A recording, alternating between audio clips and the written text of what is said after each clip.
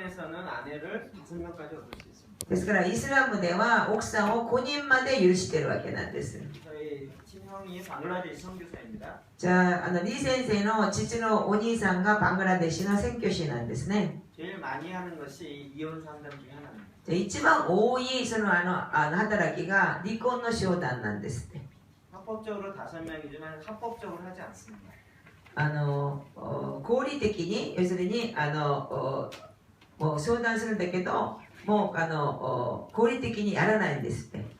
대부분 남자들이 결혼하고 그때 여자들이 결혼 지참금을 갖고 옵니다. 男は結婚するときに女性は結婚資産金を持ってきますっていうんですね。 그 돈을 다 쓰고 나오면 이혼하는 게 아니라 몰래 사라집니다. だからそのお金を全部使ってしまったら離婚するんじゃなくてその男がさーっといなくなるんですって。 그래서 또 다시 결혼합니다. それでまた他のところ行ってまた結婚するんですって。 또 결혼 지참금을 갖고 와요. それでまた結婚したら女の人がまた資産金を持ってきなきゃ来なきゃいけ 그래서 ない。 5번까지 할 수 있다는 것입니다. それで5回まで結婚ができるようになるっていうことなんですね。 방글라데시에 있는 사람들도 이게 좋지 않은 법이라는 걸 다 알고 있습니다. バングラデシュの人たちはその国の人たちもこれが良くない法律だっていうことは誰も認めますと。 그러나 국가적인 차원까지 딱 잡혀 있기 때문에 권세를 놓쳤기 때문에 못하는 것입니다. でも国家的な次元までちゃんとサタンに縛られているからそれが権威としてそれをね誰もこれをやめることができなかったんですね。 이런 죄들 얘기하기 시작하면 오늘 밤새 얘기해야 돼요. この罪に対して皆さんと分かっちゃうんだったら一晩中明かさなきゃいけないわけなんです。 모든 영역에 이런 어둠의 죄의 영향이 미쳤다는 것입니다. すべての領域に今暗闇のその罪に対してのその力がみんな満ちてるわけなんです。 그러면 우리가 어떻게 해야 할까요? じゃあそしたら私たちはどうしたらいいんでしょうか。 이 죄로 말미암아 개인적인 차원, 사회적인 차원, 지역적인 차원, 국가적인 차원으로 땅이 더럽혀지는 것입니다. じゃあ罪によって私たちが個人的な知見、社会的な知見、国家的な知見、それから地まで汚れているわけなんですね。 그래서 에베소서 6장 12절에 보면 이 죄의 근거에서 하늘에 있는 악의 영이 움직인다 이렇게 얘기하는 エ 것입니다. ペソビテの手紙の6章12節を見ると、罪によって天にあるもろもろの悪霊が暗闇の悪霊が暗闇の支配者がこの第二の次元の天を支配しているって言ってるわけなんです。 이 죄의 근거에서 사단도 합법적으로 움직이는 것입니다. ですから罪によって私たちサタンももう本当にね強制的じゃなくて自分が法的にちゃんと認められて動いてるわけなんです。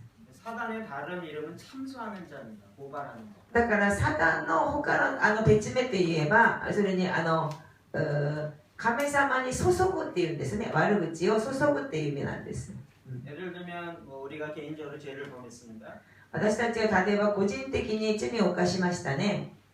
그러면 사단이 곧장 나를 해하는 것이 아니라 하나님 앞에 가는 것입니다. だからサタンが直接リ先生が罪を犯したからこっちへ直接買いを受けるんじゃなくて直接神様に向かって言いつけるわけなんですね。こうやって 그때부터는 법정 싸움이 되는 것입니다. だから法的な戦いになるわけなんです。 하나님 죄를 졌으니 어떻게 해야 됩니까? 당신의 법은 뭡니까? サタンがこういうわけなんですね。神様この子が罪を犯したんだからあなたの法律は何でしょうかと。 죄의 대가는 무엇인지 아시죠? じゃあ皆さん罪に対しての対価は何でしょうか。皆さん知ってますね。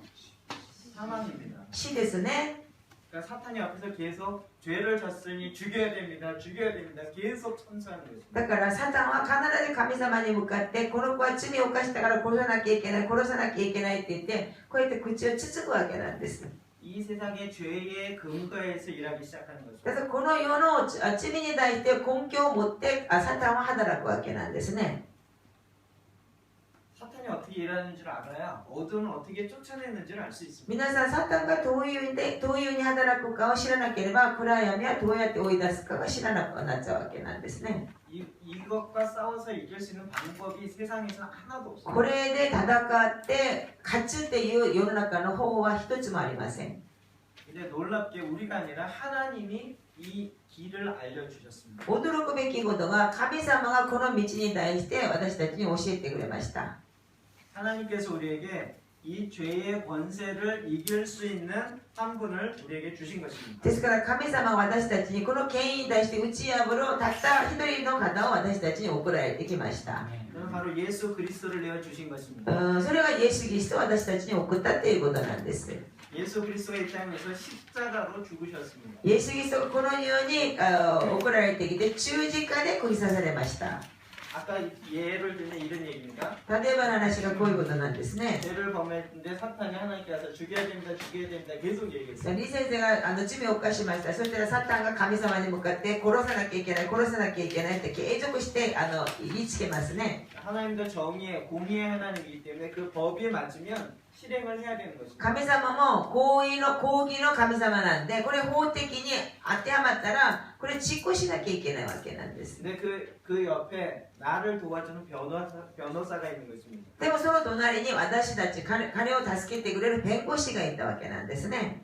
그 변호사가 이렇게 얘기하는 것입니다. その弁護士がこういうふうに言うわけなんです。 이 사람이 죄를 범했기 때문에 죽이는 거 맞습니다. じゃあこの人が罪を犯したから殺すのは間違いないと。 당신이 죽여야 공의롭게 되는 거 맞습니다. あなたが殺さなきゃいけないと、殺した方が公義だと、それが当たり前だと。 그런데 변호사가 내가 대신 죽겠습니다 하는 거죠. でも弁護士が私が代わりに死んでやるからっていうことなんですね。 그 죄의 대가를 내가 대신 지겠습니다 하는 そ 것입니다. の罪に対しての罪過を私が代わりに背負うからって言ったんですね。 그래서 공의도 이루어지고 하나님의 사랑도 이루어지는 で 것입니다. すから公義も行うし、神の愛も行うわけなんですね。 여기에 놀라운 복음의 비밀이 있습니다. これが驚くべきの福音の秘密があるわけなんです。 그래서 이 땅의 죄의 권세를 하나님이 깨뜨리시는 것입니다. ですからこの世の中の罪に対しての権威を神様は打ち破ることができるわけなんで 예수 す。 십자가에 죽으시고 난 다음에 3일 후에 부활하셨습니다. イエス様は十字架に釘刺されて3日後に復活されました。 그건 다시 살아났다는 의미보다 더 큰 게 있습니다. じゃあ皆さん、また再び生き返ったっていうよりもっと大きな意味があるんですね。 죄의 권세는 죽음입니다. じゃあ罪の権威は死です。 그 죽음의 권세를 깨뜨렸다는 것입니다. じゃあ死の権威を打ち破ったっていうことなんですね。 오직 예수님만이 죽음의 권세를 깨뜨릴 수 있습니다. ただイエス様だけが死の権威を打ち破ったことなんです。 이 죄의 문제를 해결할 수 있는 것은 합법적으로 죽어야 가능합니다. ですから罪の権威を打ち破ることは肯定的に、要するに死ななければ私たちがその問題を解決できないんです。 그래서 예수님이 피값을 주고 샀다 이렇게 얘기하는 것입니다. ですからイエス様が血の罪過を払って買ったって言ってるわけなんです。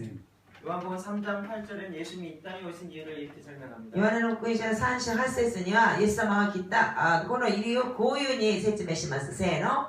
神の子が現れたのはアメン。 예수님 오신 건 나를 구원하기 위한 거 맞습니다. イエス様がこの世に現れたのは私を救うためだっていうことも合ってます。 나를 구원하기 위해서는 사탄을 멸해야 되는 것입니다. でも私たちを救うためにはサタンに打ち破らなきゃいけないわけなんです。 그 죽음의 권세를 깨뜨려야 되는 것입니다. 死を打ち破らなきゃいけないわけなんです 예수님이 ね。 그걸 행하셨다는 것입니다. ですからイエス様がそれを行ったっていうことなんです。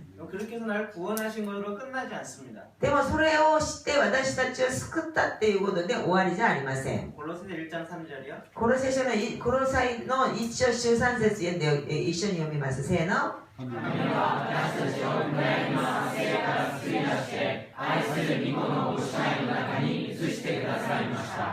흑암의 권세, 어둠의 권세에서 우리를 건져냈습니다. じゃあですから暗闇のその権威から私たちを救ったって言ってるわけなんですね。 그래서 우리를 사랑의 아들의 나라로 옮겨온 것입니다. ですから私たちが愛の息子の御国まで移したわけなんですね。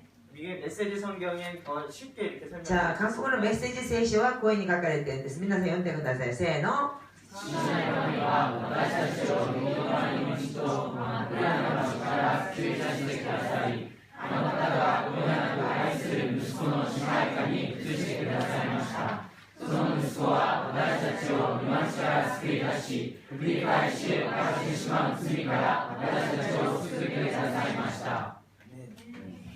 반복해서 지을 수밖에 없는 그 죄의 소리를 옮기신 것입니다. 繰り返して起こさなきゃいけない罪から私たちを移したわけなんですね。 가정에서 그 땅에서 죄로 말미암아 계속 일어나는 그 나라에서 어둠의 나라에서 하나님의 사랑의 아들의 나라로 옮기신 것입니다. じゃあですから私たちが家庭の中でもその地の中でも繰り返して起こさなきゃいけないその罪から暗闇の国から私たちを移したわけなんですね。愛の国に。 이것이 하나님의 방법입니다. これが神様の方法でもあるわけなんです。 그래서 2층 천에 있는 덮여있는 어둠의 권세를 제거하는 것입니다. ですから第二次元の世界のその暗闇の世界を私たちが取り除けることができるわけなんです。 이사야 25장 7절 이렇게 じゃあイザヤ書の25の7はこういうふうに言ってるわけなんですね。せーの。 この山の上で波の上を覆っている顔覆いと幕の上にかぶさっている覆いを取り除き 아멘. 그 민족의 얼굴을 가린 가리개 열방에 덮인 덮개가 있다는 것이네요. 덮개 하늘에. さあその民族の顔を隠したその覆い、それからまだ国々に対してのそのかぶされた覆いを取ったって言ってるわけなんですね。 개인의 죄와 사회적인 죄와 국가적인 죄를 얘기했습니다. 個人的な罪、社会的な罪、国家的な罪に対して皆さんに言いましたね。 이럴 때 그 2층 천에 덮개가 어둠의 권세가 덮여지는 것입니다. じゃあその時に二次元の世界の暗闇の世界が覆いで隠されるわけなんですね。 그 2층 천에 덮여있는 어둠의 덮개가 벗어져야 부흥이 오는 것입니다. ですからその二次元の世界の暗闇の世界が覆いによって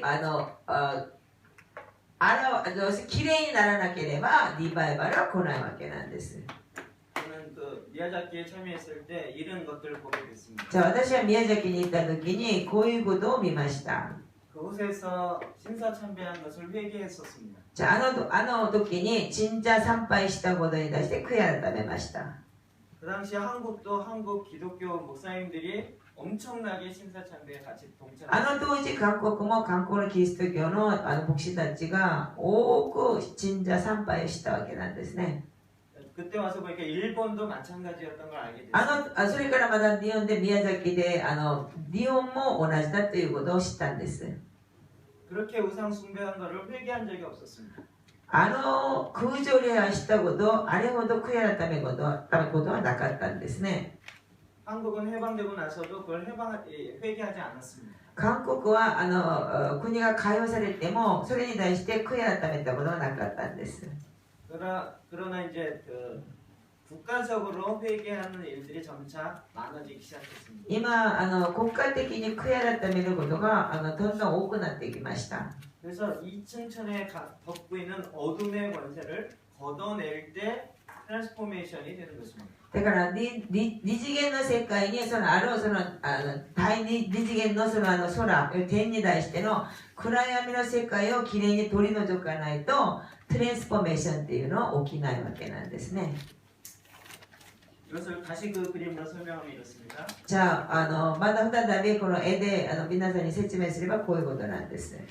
하나님께서 예수 그리스도를 통하여 우리를 사단의 일을 멸하시고 사랑의 아들의 나라로 옮기셨습니다. 神様はイエス・キリストを通して私たちがサタンの国から私たちを愛の国に移したわけなんです。イエス・キリストを通して。 옮겨서 우리를 하나님의 자녀이고 하나님의 제사장 되게 한 것입니다. ですからイエス・キリストを通して神の御国に私たちを移して神の子供であり祭司となることを神様が命じたわけなんです。 여러분 하나님의 왕 같은 제사장인 걸 믿으십니까? 皆さん神様の大なる祭司だということを信じますか？ 우리는 모두가 다 제사장이라는 만인 제사장을 믿으십니까? 今皆さんは万民の祭司だということを信じてますか？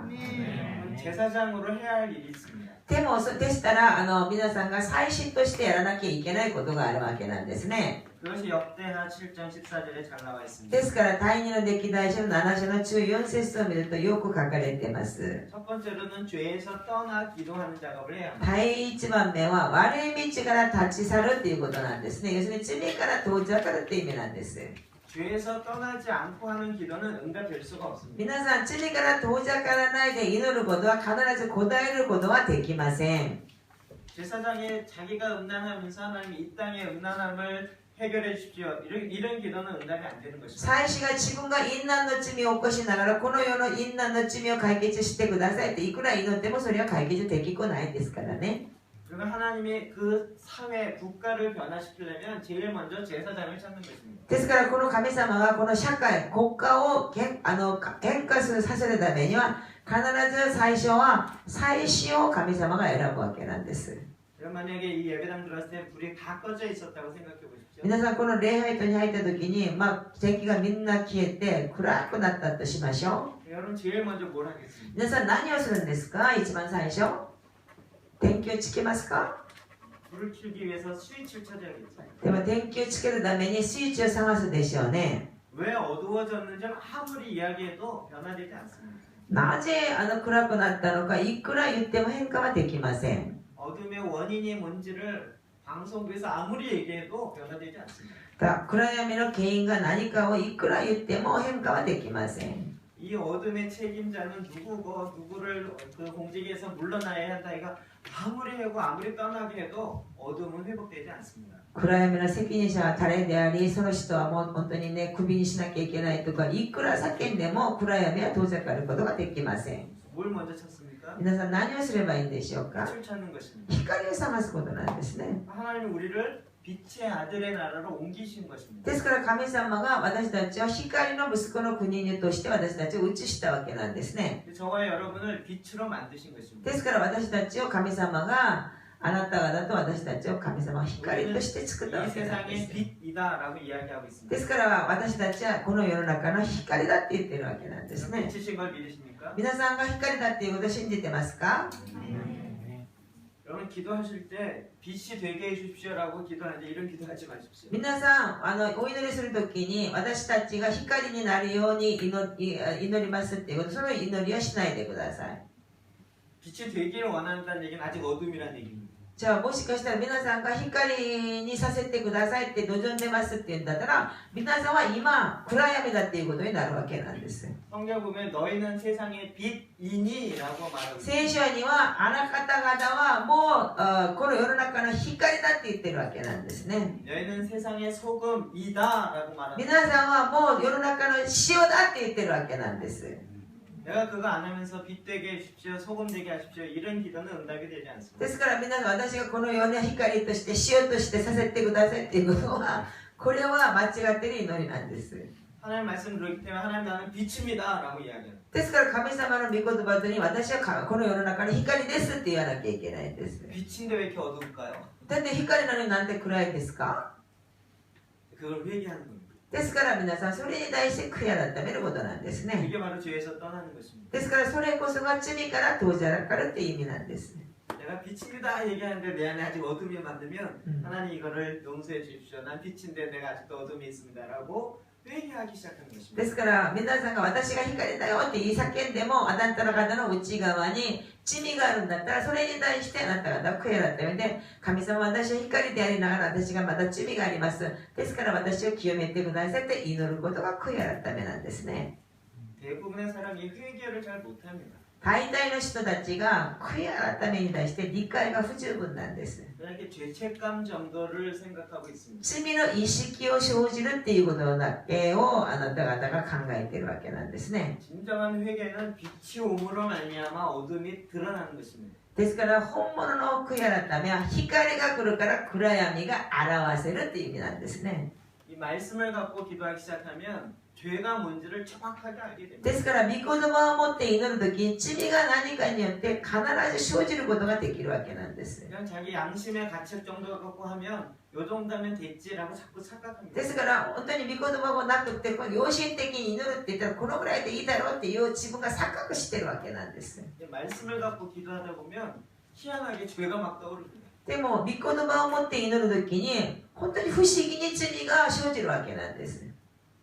제가 이제 성경 말씀을 갖고 기도하는 걸 계속 해왔습니다. 私は今まで御言葉を持って祈ることを継続して今までやってきました。 어느 말씀을 읽고 기도하는데 내 어렸을 때 모습이 떠올랐습니다. ある御言葉を持って祈るときに自分が小さい時のことが思い出しました。 이게 왜 떠올랐는지 그 당시에 몰랐습니다. なぜ私がこれを思い出したかわからなかったんです 아, ね。 기도에 집중 안 되는 이 어둠의 생각 떠나가라 이랬습니다. ですからお祈りに集中できない、だからこういう暗闇の考えは徹底けって言って自分でそういうふうに祈ったんですね。 이 잡념들을 떠나라 자꾸 이렇게 で 생각해요. ね、変な考えをみんな徹底けっていう自分で祈ったんです。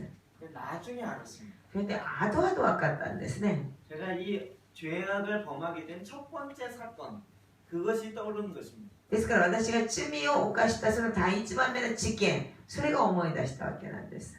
하나님 그것을 성령이 떠올라게 하셔서 그걸 치유하려고 저에게 알려준 거였습니다. ですから神様が聖霊様によってそれをね思い出してそれを癒すために私を先生をそれを思い出してくださったわけなんですね。 그래서 우리로 하여금 죄에서 떠나게 해주시는 ですから私たちにとって罪から遠ざかれるように神様はしてくださったわけなんです。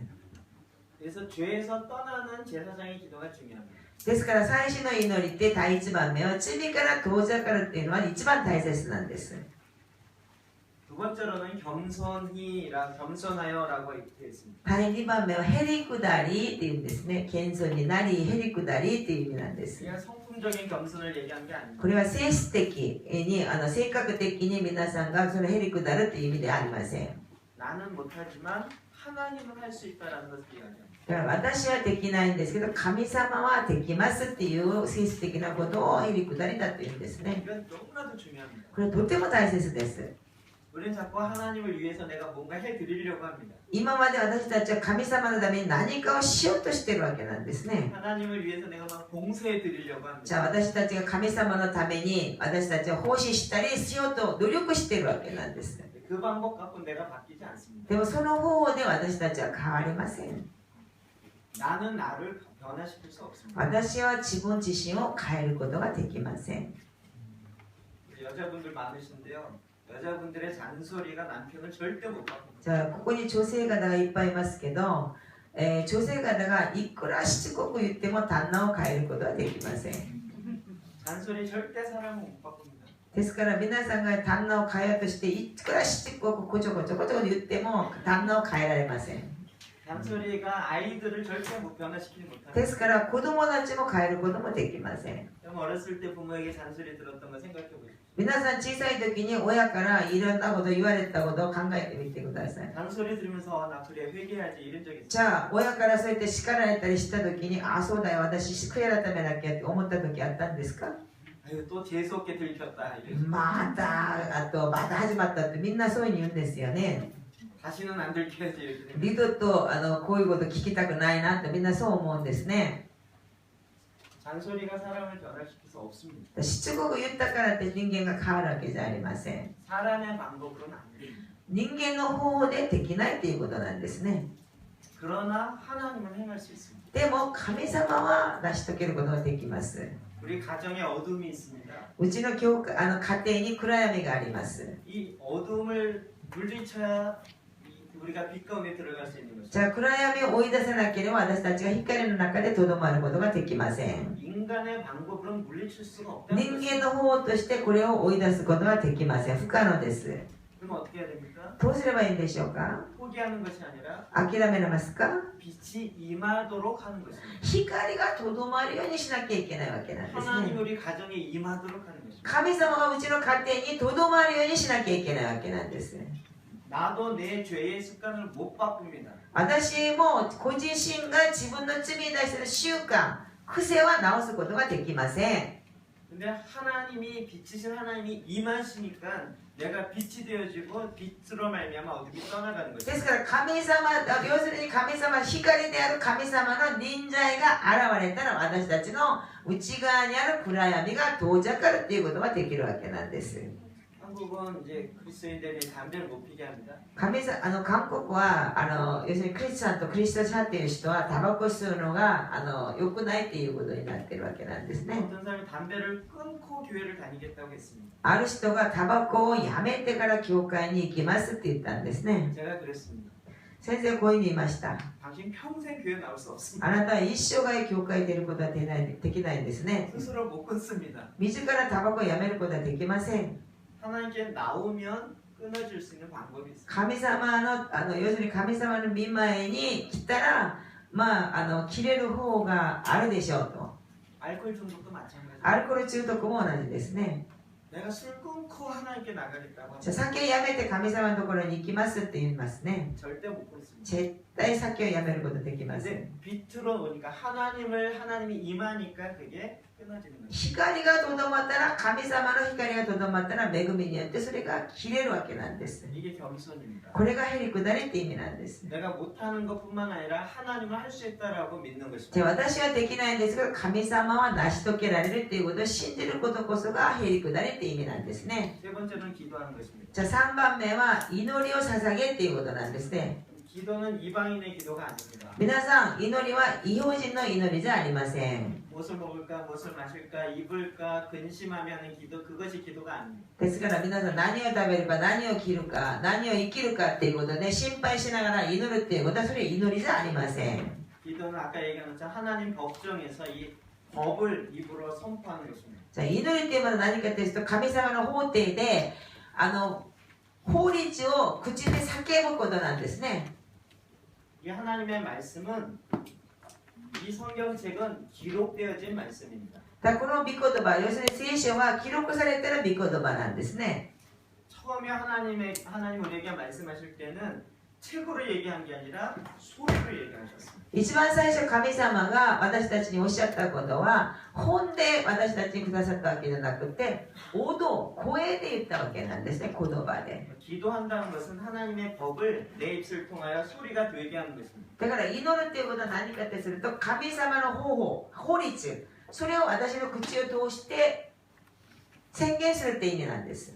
여러분 성경책 아무리 갖고 다니는 것만큼 그 역사가 아니거든요. 皆さん聖書をいくら持って歩いても持って歩いたからって神様のその宮座が起きるわけじゃありません。 이 말씀의 법이 내 입을 통하여 기도, 선포가 되어야 この御 됩니다. 言葉の法律その御言葉が私の口を通して宣言されるときにその御言葉が生きてそれが法律になるわけなんです。 그래서 제사장이 기도하는 것 제일 중요합니다. だから祭司が祈るっていうことは大切なんです。 그것도 성경에서 얘기하는 바른 기도입니다.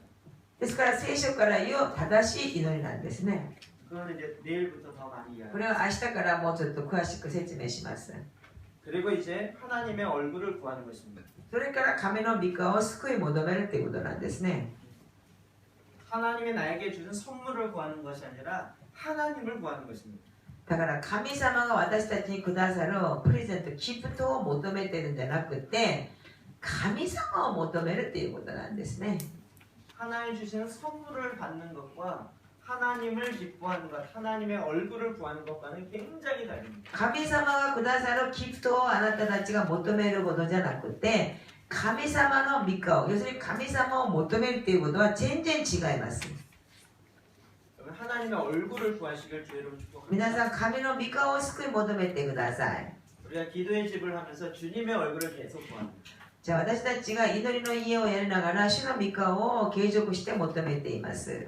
주님의 얼굴의 영광을 구하는 것입니다. 神様の御顔の栄光を求めているわけなんですね。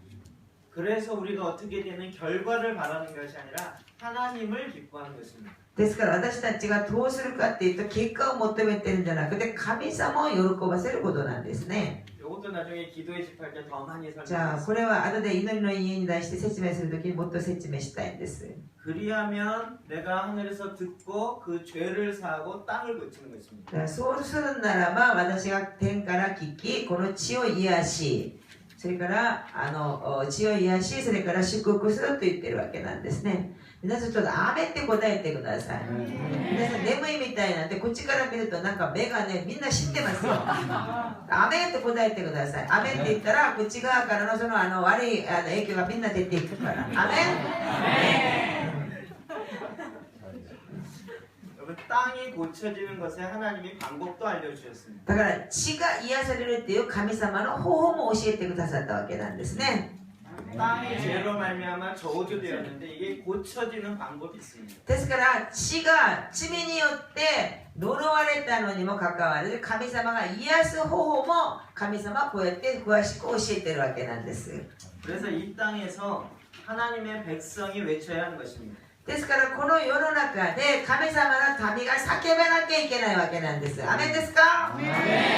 그래서 그래서 3층천에 있는 하나님의 영광이 이 땅의 성도로 말미암아 부함으로 2층천의 공중의 권세가 그 땅에 하나님의 영광이 임하는 것입니다. ですから3次元の世界の神様の栄光がこの第1次元の世界の神様の生徒によって叫んで祈り神様の御顔を救い求めている時に第2の次元のその悪霊の諸々の悪霊の世界が神の御国になるわけなんです。アメン。 사탄은 이 땅에 있는 죄의 권세로 어둠의 권세로 2층천을 공중의 권세를 잡고 있는 것입니다. サタンは私たちが犯したこの地に対しての罪に対してその罪の権威を持って第二次元の世界を縛り付けてこれを権威を持っているわけなんですね。 이 땅의 권세를 우리가 해결해야 하는 것입니다. ですからこの地の権威に対して私たちが解決しなきゃいけないわけなんです。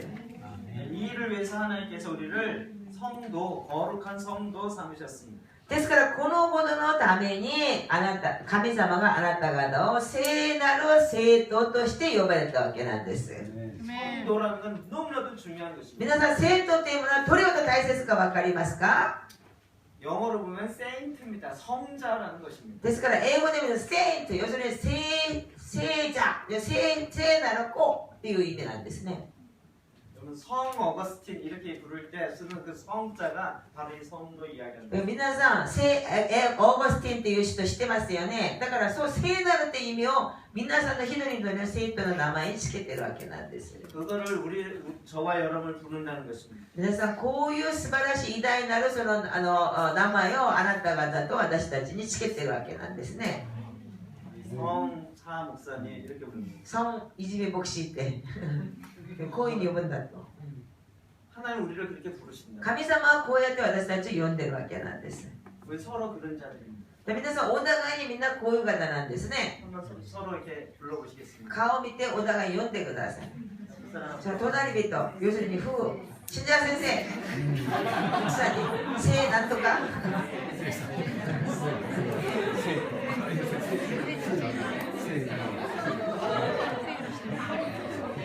聖なんとかさんって言ってください。 이상한데요? おかしいですか？なんか気持ち悪い？ 회개할 게 많아서 그랬어요. 嫌なための懲りがいっぱいあるからなんですよ。おかしいっていう意味は。 하나님 나 맞습니다. 神様は私、そうなんです。私は聖なるそのあなたの息子です。나는 거룩한 백성입니다. 私は聖なる民ですっていうことなんですね。 거룩한 백성은 거룩한 하나님을 구합니다. ですから聖なる民は聖なる神様を求めているわけなんですね。 거룩한 백성은 하나님의 성품을 담게 되어 있습니다. だから聖なる民は必ず神様の聖なる性質を学ぶように見習うようになってます。 그렇게 해서 하나님은 우리 안에 거룩이라는 성품을 만들어 놓은 것입니다. ですから神様は私たちの内側に聖なるという性質を作っているわけなんです。 그 하나님의 성품을 있는 자가 이제 어둠을 보면 가만히 있지를 못하는 것입니다. だから神様の性質を作っている聖なる方たちが暗闇の性質を見ると溜まっていないわけなんですね。 그래서 그 어두움과 빛이신 하나님 사이에 들어가는 것입니다. ですから暗闇と光である神様の間に入っていくわけなんです。 여러분 아까 에스겔서 22장 보았죠? さっきエジゲルの22章を見ましたね。 그 22장 마지막엔 이렇게 나오겠습니다. エジゲルの22章の最後のところはこういうふうに書かれているんで 그들은す。 여덟 가지 죄악으로 말미암아 땅이 더럽혀졌습니다. 8つの罪によって地が汚れました。 그래서 그 땅을 심판하려고 하나님 하십니다. ですから神様はこの地を審判しようとしているわけなんですね。 나로 인하여 심판하지 못할 한 사람을 찾는다는 です 것입니다. から私を通して審判することができないような日取りを神様が探すって言ってるわけなんです。 그 한 사람을 찾지 못한 거로 너랑 나라고 한 것입니다. ですから日取りを探せられなかったからこの地を滅亡させるって言ってるわけなんです。 하나님이 지금 만약에 일본 땅을 멸하신다고 하면 그 전에 누굴 찾냐면 빛이신 하나님의 아들 거룩한 자를 찾는 것입니다. 皆さんもしも今神様がこの日本を滅ぼすっていうんであるならばその前に必ず光である神様の子供を探すわけなんですね。 우리 세상보다 거룩하게 사는데 왜 나에게 뭐라 그럽니까? 그런데 우리의 존재 자체가 그런 게 아닙니다. じゃあ私たちはこの世の人より聖なるように生きてる。なんで私にこういうこと言うのっていう皆さんそういうふうに思うかもしれないけどそうじゃないんです。 하나님은 우리가 하나님의 거룩한 백성이라는 것을 제대로 알기를 원합니다. 神様は私たちが神様の聖なる民だっていうことを正しく知る必要があるっていうことを神様が教えているわけなんですね。 이것은 바로 내 안에서부터 시작합니다. ですからこれは私の内側から始まるわけなんです。 읽어볼까요? 一緒にお読み出します。せーの。もし神の国が人の心に実現されていない場合は、神の国は明確に現れないので、変わることは個人から始める必要があります。アメン。 진정한 변화는 내 마음에서 이루어져야 합니다. 本当の変化、トランスフォーメーションはあなた方の内側から始めなきゃいけないわけなんです。 내가 안 이루어지니까 이루어진 데 가자 이게 아닙니다. だから私が変わってないから成し遂げてあるところの場所に行こうって言っても無理です。 여태까지 대부분 부흥운동은 국가적인 부흥을 많이 이야기했습니다. 今までのリバイバルの運動っていうのは国家的なリバイバルを多く表現したわけなんですね。 물론 그거 일어나야 됩니다. もちろんそれも立ち上がらなきゃいけないわけなんで 그러나 す。 그것의 시작은 내 마음에서 시작돼야 되는 것입니다. でも国家的なそのリバイバルの始まりは個人個人の心の中から始めなきゃいけないわけなんです。アメンですか？ 빛이신 말씀으로 내가 바뀌어야지 세상을 바꿀 수 있지 나도 못 바꾸는데 어떻게 세상을 바꿀 수 だ 있을까? から光であるその神の御言葉によって自分が変わらなければ世の中を変えることは無理です。 그러면 이 땅에서의 종교적인 그런 행동들은 영적인 연결고리가 있습니다. 皆さんこの世の中に宗教的な行動はこれから神様との要するにつながりがあるわけなんですね。 우리가 이런 것을 알면 이 땅에서 뭘 해야 되는지를 정확하게 압니다. 皆さんこういうことを知っているならばこの世の中で私たちが何をすればいいかっていうことを明確に知ることができます。 그러나 사탄은 잠자고 있지 않습니다. でもサタンは眠っているわけじゃありません。 사탄도 이 땅에서 계속 자기가 다스리려고 합니다. でもサタンもこの世の中で自分が支配しようとして必死になって努力してます。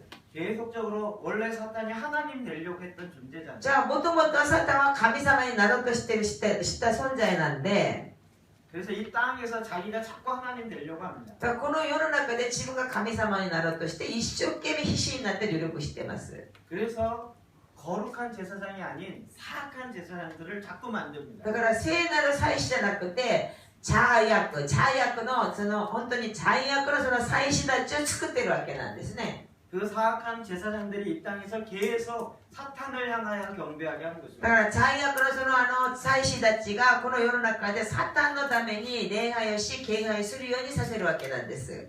경배하는 곳에 임하는 것입니다. ですから礼拝する場所、要するに生贄を捧げる場所にサタンが臨在するわけなんです。 그러면 저는 영적 전쟁하면서 이 원리가 똑같은 걸 많이 じゃあ 알아요. 私は霊的な戦争、霊的な戦いに対して学びながらこの原理が同じだっていうことをよく知りました。 우리가 하나님을 예배하면 하나님이 임하는 것입니다. 私たちが神様を礼拝すれば神様の臨在が現れます。 무당이 귀신을 향하여 예배하면 귀신이 임하는 겁니다. だから巫女が要するにサタンに対して礼拝するんだったらそれはサタンが臨在するわけなんですね。 영접과 초청의 원리는 똑같습니다. だから受け入れると招待する意味は同じなんです。 우리 예수님을 영접하고 초청함으로 오시는 거죠. 私たちがイエス様を受け入れてそれから招待するときにイエス様が現れるわけなんですね。 귀신도 우리가 영접하고 초청함으로 옵니다. ですからサタンも私たちを受け入れて招待したらサタンも来るわけなんです。悪霊サタンも。 여러분 일본에 많은 그 만화들이 있잖아요. 皆さん日本には多くの漫画がありますね。 다마고치 같은ポケモン 포켓몬 ポケットモンスター 포켓몬스터 이렇게 진화합니다. ポケモンスターが進化しているわけなんですね。 진화할 때 뭐 해야 되죠? 進化するときに何をするんですか？ 더 힘이 센 거를 받아들여야 돼요. ですからもっともっと力が強いものを受け入れなきゃいけないわけなんですね。 받아들일 때 계속 초청합니다. だから受け入れなきゃいけない時に必ず継続して招待するわけなんです。 그래서 오면 합쳐져 갖고 더 센 게 됩니다. だから切ったらもっと二つになってもっとお強いものになるしこういうことになるわけなんですね。 그래서 그 포켓몬스 때문에 우리 아이들이요 굉장히 많이 귀신 들린 だからポケットモンスターっていう名前通りに子供たちが悪霊に取り憑かれている子は結構いました。 자기도 더 센 힘을 갖고 싶은 거예요. 自分も力強い何かを持ちたいからです。 자기 스스로 안 되니까 외부에서 와서 나에게 힘을 달라 그러는 거예요. 自分自らできないから外部から来て私に力をちょうだいって言って受け入れるわけなんです 거기다 ね。 마음을 열고 너 나한테 와 で 이러고 心を開いて来て来て来てっていうわけなんですね。 이런 거 계속 문화적으로 또 만들어가는 これは今文化的には作っていくわけなんですね。今妖怪はちっていうのは妖怪はち来い来いっていうのは怖いんですよ。だから。 세상에 계속 이거 만들어내는 거예요. で世の中で継続してこういう漫画とかを作っていくわけなんです。 그 한국의 강남 스타일 아십니까? 皆さん韓国でカンナムスタイルっていう歌があったの知ってますか？チャンチャカチャンチャカチャンチャカチャンチャカで歌を歌ってるの。 아시나요? 皆さん知ってます？I am カンナムスタイルって言ってね歌った。皆さん田舎だから知らない。 3개월 만에 유튜브에서 1억 명 이상이 검색됐어요. 3ヶ月の間に YouTube の中で1億人以上が検索したんです。 전 세계적으로 떴다고 한국에서 난리였어요. 全世界で有名になったって言って韓国で大受けしたことがあるんですね。 사실은 그 사람이 자기 영을 팔았습니다.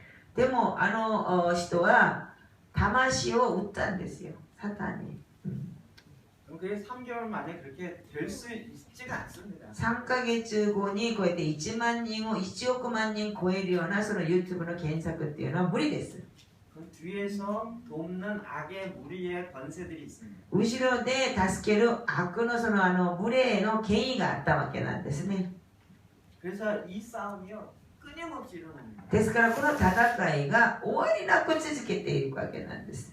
그래서 어두움과 빛의 나라의 싸움이 계속되는 だから暗闇と光の国の戦いが継続して始まるわけなんですね。 그래서 여러분 이 싸움은 어디에서 일어납니까? この皆さんこの戦いどこから始まるんですか？ 제일 먼저 내 마음에서 일어납니다. 一番最初自分の内側の心から始まるわけなんです 여기 ね、戦いが。 무당들하고 뭐 여기서 일어나는 것이 아니라 제일 첫 번째 내 마음에서 外側の美行と戦いじゃなくて、一番最初あなたの内側にある心からの戦いが始まるわけなんです。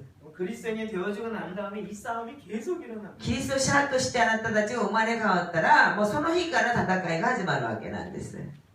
우리는 이 싸움을 영적 싸움을 이제는 하나님의 방법으로 싸울 줄 알아야 합니다. ですからこの霊的な戦いをこれから神様の方法として戦わなきゃいけないんですね。 그래서 이제 우리는 빛의 나라 백성이 된 것입니다. だから皆さんは光の国の民になったわけなんですね。 그런데 어둠의 권세들도 계속 그 어둠의 권세를 잡으려고 계속 귀신을 경배하는 것입니다. だから暗闇の国の力も必ずこの暗闇の力の権威を持とうとして継続して彼らも礼拝して祭壇を作っているわけなんです。 이것이 개인부터 시작하여 가정, 교회, 사회, 국가 이렇게 점차 순서적으로 가게 되어 있습니다. だからこれが個人から始まって家庭、教会、社会、国家っていう順番的にこうやって持っていくわけなんです。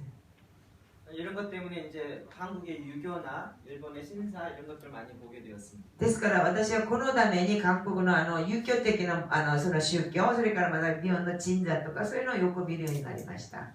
일본 신사는 잘 모르겠지만 한국 유교는 참 독특합니다. 日本の神社に対しては私がよく知らないけども韓国の遊興っていうのは戦場を拝むっていうことなんですけどもそれに対して独特なんですね。 별로 교육한 것도 없습니다. あまり教育もしてません。 그런데 쫙 퍼져 있습니다. でももうすでに韓国は遊興っていうその宗教的なものがもう本当にね染みてるんですね。 모든 가정에서 제사를 합니다. すべての家庭で死んだ人に対して命日があってそれをねお辞儀するっていうことがあるんですね。 저는 목사이기 때문에 모든 교회 성도들이 집에서 가정 예배 드리게 해보려고 많이 노력했는데 안 됐었습니다. でも先生は牧師だからうちの教会に来る生徒さんたちをすべての人たちに自分の家庭で家庭礼拝をすることを進めたんですけども努力はいっぱいしてだったけどできなかったのが多かったんです。 집에서 제사 드리는 건 쫙쫙 퍼져갑니다. でもうちで先祖に対して死んだ先祖に対して拝むって命日に拝むっていうことはもう本当にやめられないんですね。 사탄이 이미 개인과 가정부터 딱 잡고 그 시스템으로 접근하기 때문에 이걸 잘 이기지 못하는 で 거죠. サタンがもうすでに個人と勝手に出して縛り付けてるから、それはシステムで働くから、これを打ち破ることはもうとてもじゃないけど難しかったんです。 그래서 우리에게 제일 중요한 건 이 빛이 임하는 것입니다. ですから私たちに一番大切なものは何かというと、光がとどまるっていうことなんです。 하나님이 임하는 것입니다. 神様の臨在が現れることですね。 그러니까 하나님이 임하는 것을 우리는 제단이다 이렇게 얘기합니다. ですから私たちは神様の臨在が現れるということが祭壇なんですね。 가장 중요한 것은 하나님을 만나는 것입니다. ですから一番大切なところは神様と会う場所なんです。 그 제단을 어떻게 하는지 또 이걸 통해서 어떤 결과가 나타나는지를 이번 주일날 좀 이야기하겠습니다. さあ日曜日は祭壇に対して投入するか、祭壇に現れるものは何かに対して日曜日に皆さんに講義したいと思うんです。 아브라함이 가는 곳마다 제단을 세웠습니다. アブラハムが行くほどに祭壇を授けたわけなんですね。 가나안 족속 중에 아무도 하나님을 찾지 않았는데 아브라함이 들어가서 하나님께 제단을 세운 것입니다. カナンの部族は誰一人神様に対して祭壇を築いたわけじゃないんだけども、アブラハムが入ってカナンに入ってアブラハムは祭壇を授けたわけなんです。 모세는 항상 회막에 들어가서 하나님께서 하는 말씀을 받았습니다. モーゼは必ず幕屋に入って神様からの送られるその御声を聞いたわけなんです。 하나님을 만나는 그 장소가 있었다는 것입니다. 神様に会う場所が必ずあったんですね。 다윗도 범죄한 이후에도 하나님 앞에 계속적으로 나갔습니다. 旅でも彼が罪を犯した後でも継続して神様の幕屋の中に入って神様と会ったわけなんですね。 다윗의 범죄와 사울 왕의 범죄를 비교해 보면 다윗이 훨씬 중범죄입니다. だから旅でのその犯罪とサウルの王の犯罪を比べてみたら、もっと旅でがひどい罪を犯しているわけなんです。 다윗은 거짓말뿐만 아니라 결국 죽이고 살인까지 범한 것입니다. だから旅では嘘つくだけじゃなくて殺して殺人まで起こしているわけなんです。 사울 왕은 그 정도 아니었습니다. サウルはそうじゃありませんでした。 둘의 가장 큰 차이는 다윗은 범죄한 후에 하나님 성령을 내게서 거두지 마십시오라고 기도하는 기도의 제단이 있었던 것입니다. でも2つの人が違う理由は何かというと、旅では罪を犯した後でも神様、私の中から聖霊を取らないでくださいって言って祈ったその悔やった霊の祭壇の前に立ったわけなんですね。 사울 왕은 자기가 사무엘이 오기 전에 먼저 제사해 놓고도 이것을 백성에게 알리지 말라 달라고 사무엘에게 부탁했습니다. だからサウルっていう王はサムエルが来る前に自分が祭司でもないのに自分が祭壇を授けた上にそれで生贄をした後、それで王でありながらこれを民たちにそれを言わないでくださいとサムエルにお願いしてるわけなんですね。 결국 제단이 있느냐 없느냐의 차이라고. 結局何を見るかっていうと、祭壇を授けたか授けてないかによって違うわけなんです。 그 제단에서 언약을 받습니다. ですからこの祭壇の中で神様との約束を交わすわけなんですね。 제단을 세울 때 동물을 각을 떠서 반을 딱 잘라놓고 그 사이로 불이 지나갑니다. でも祭壇を授けるときに動物のこれを半分割ってそこの中に火が通るわけなんです。 이 언약이 맺어진 건 너무 중요합니다. ですから約束を交わしたっていうことはとても大切なんですね。 구약과 신약은 언약입니다. だから旧約と新約っていうのは神様との約束をなんです。 하나님의 약속이 무엇인지 우리가 알려주는 것입니다. 神様の約束がどういうものかに対して私たちに教えてくれるわけなんですね。 언약은 우리의 신분을 변화시킵니다. ですから約束は私たちの身分を変えるわけなんです。 하나님 우리에게 생명을 달라고 하는 것은 하나님의 영원한 생명을 교환하고자 하는 것입니다. 神様が私たちに命をちょうだいという意味は何かとすると、神様が私たちに永遠の命を与えるための交換なんですね。 그걸 받는 것이 제단입니다. ですからそれを受け入れる、要するにもらうというものこそが祭壇、要するに礼拝というものになるわけなんです。 여호수아가 전쟁 나가기 전에 전략을 미리 하나님께 다 받았습니다. ヨシュアは戦争に行く前に必ず神様に戦略をもらいました。 나가서 싸우지 않아도 이미 하나님께 주신 전략을 받으면 이미 이긴 것입니다. ですから外に出て戦わなくても神様の戦略をもらってるからもうすでに勝利してるわけなんです。 사울 왕은 한 번도 하나님께 물은 적이 없습니다. でもサウル王は戦いに行く時に一度も神様に聞いたことがないんです。 다윗 왕은 계속 하나님께 で 물어요. も旅ではどうなったかっていうと戦争行く前に必ず祭壇に行って神様に聞いてきて継続して聞いてから戦争に行くわけなんですね。 그 장소가 있는 것이 중요합니다. だから場所が大切だっていうこともあるわけなんです。祭壇を授ける。 제단이 말씀을 통해서 하나님이 나에게 하시는 그 말씀을 받는 곳입니다. ですから御言葉を通して神様が私に語りかけるその御言葉を受け入れるっていう受け取るっていう祭壇が必要なんです。 성경에 전부 다 하나님 말씀입니다. 聖書は全てが神様の御言葉です。 오늘 나에게 주는 그 말씀이 무엇인지 알아야 돼요. でも今日私に与えてくれる御言葉が何かを知るべきなんですね。 바로 그 말씀을 받는 그것이 제단입니다. ですからその御言葉を受け入れるもらう場所こそが祭壇であるっていうことなんです。 하나님 우리에게 또 약속을 주시는데 그 약속을 받는 장소가 제단입니다. ですから神様が私たちに約束をくださるっていうんだけどその約束をくださる場所も祭壇であります。 또 우리에게 주시는 말씀을 받는 것 그것이 또 제단입니다. 私たちに御言葉をくださるその受け入れる場所受け取る場所がまだ祭壇でもあるわけなんです。 하나님이 지금 일본을 향해 주신 말씀이 있습니다. 神様が今この時代に日本に対しての神様の御言葉があるわけなんです。 저는 일본에 온 적이 별로 없습니다. 私は日本に、あまり来たことがありません。 작년부터 왔습니다. 去年から今4回目なんですね。 뭐 카나다, 미국 뭐 다른 데 많이 갔었는데 アメリカとかカナダとかいろんな国はいっぱい行ったんですけども日本は一度も来たことがなかったんです。 작년에 오게 되면서 너무 희한했습니다. で去年から日本に来ることになってちょっと変な気持ちだったんですね。 요즘 한국 교회가 일본 교회에 잘 긴장하고 있습니다. で韓国の教会が日本のために緊張してます今。 일본의 부흥이 일어났다라고 지금 말하고 있습니다. 今日本にリバイバルが起きたって韓国では言ってるわけなんです。 옛날 같은 교회가 아닌 새로운 교회들이 막 일어나는 걸 봅니다. 昔みたいな静かな死んでる教会じゃなくて新しい形の教会が今立ち上がってるっていうことを韓国人が言ってるわけなんです。 이 제사장 기도만 하더라도 그렇습니다. 祭祀の祈りも同じなんですね。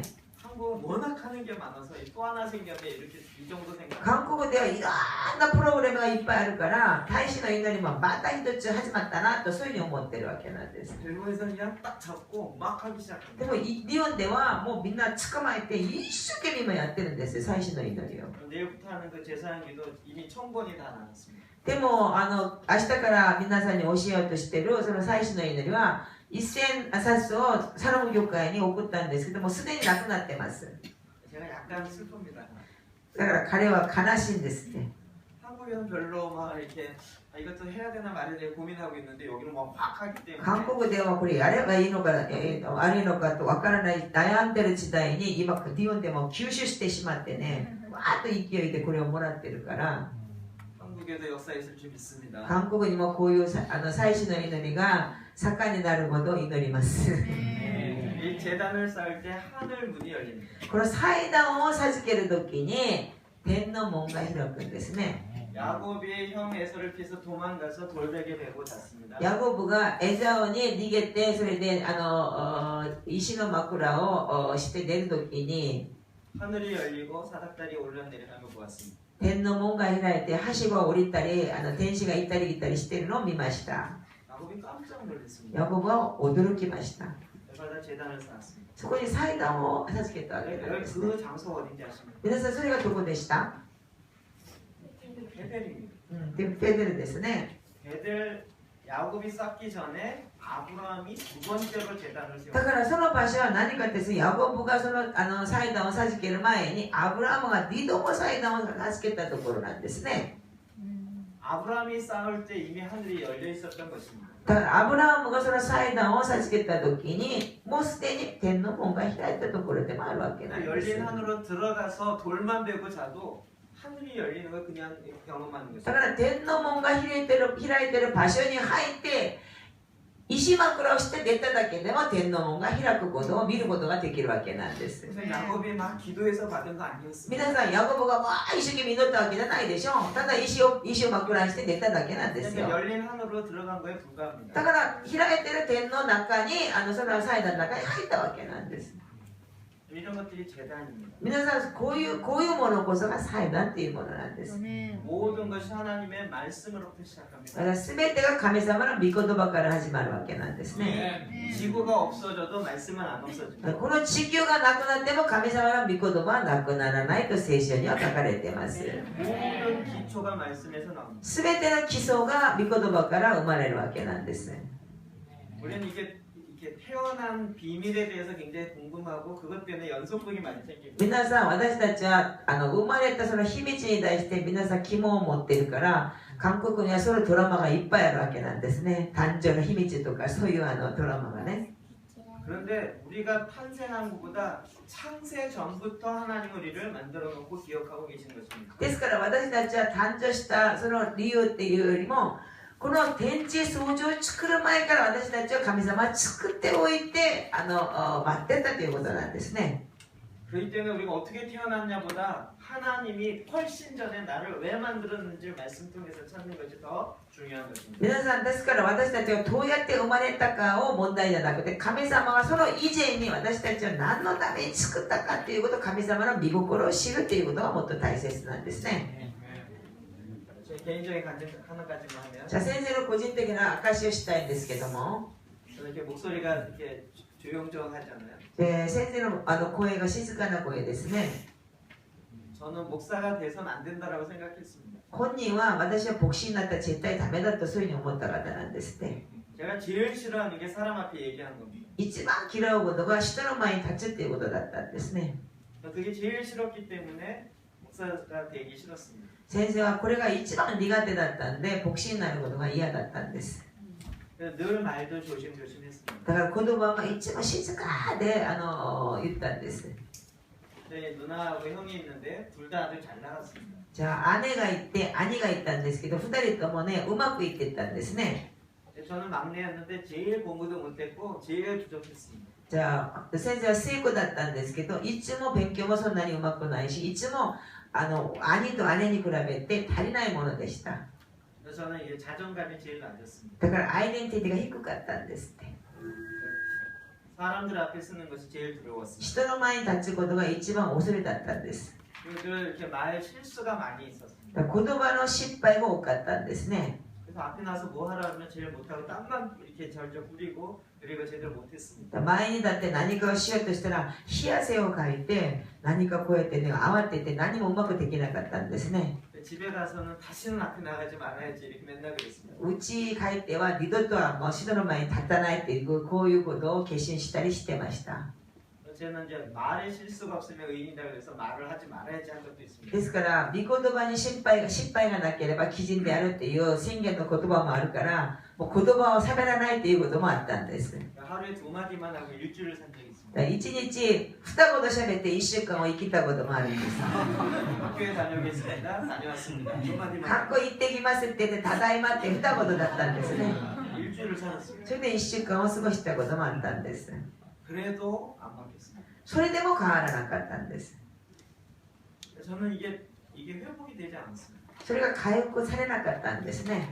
나는 원래 그런 사람이야. 私はもともとそういう人間だとそういうふうに思ったんです。 항상 앉으면 요 앞에 안 앉고 저 뒤에 앉습니다. いつも座れば前には絶対座ったことがない。後ろにいつも座って落ちこぼれてい 속에 たんです。 앉습니다.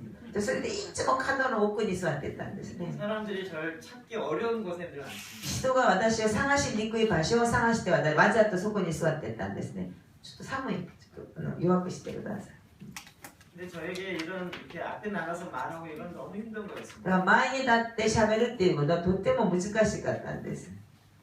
그래서 저는 이런 거 절대 못한다라고 굳게 믿고 있었고 실제 안 했습니다. 絶対私はこういうことできないって固く自分を信じて実際そういう行動も取らなかったんです。 근데 이제 어찌어찌 해서 목사가 됐습니다. でもどうやってこうやって牧師になりました。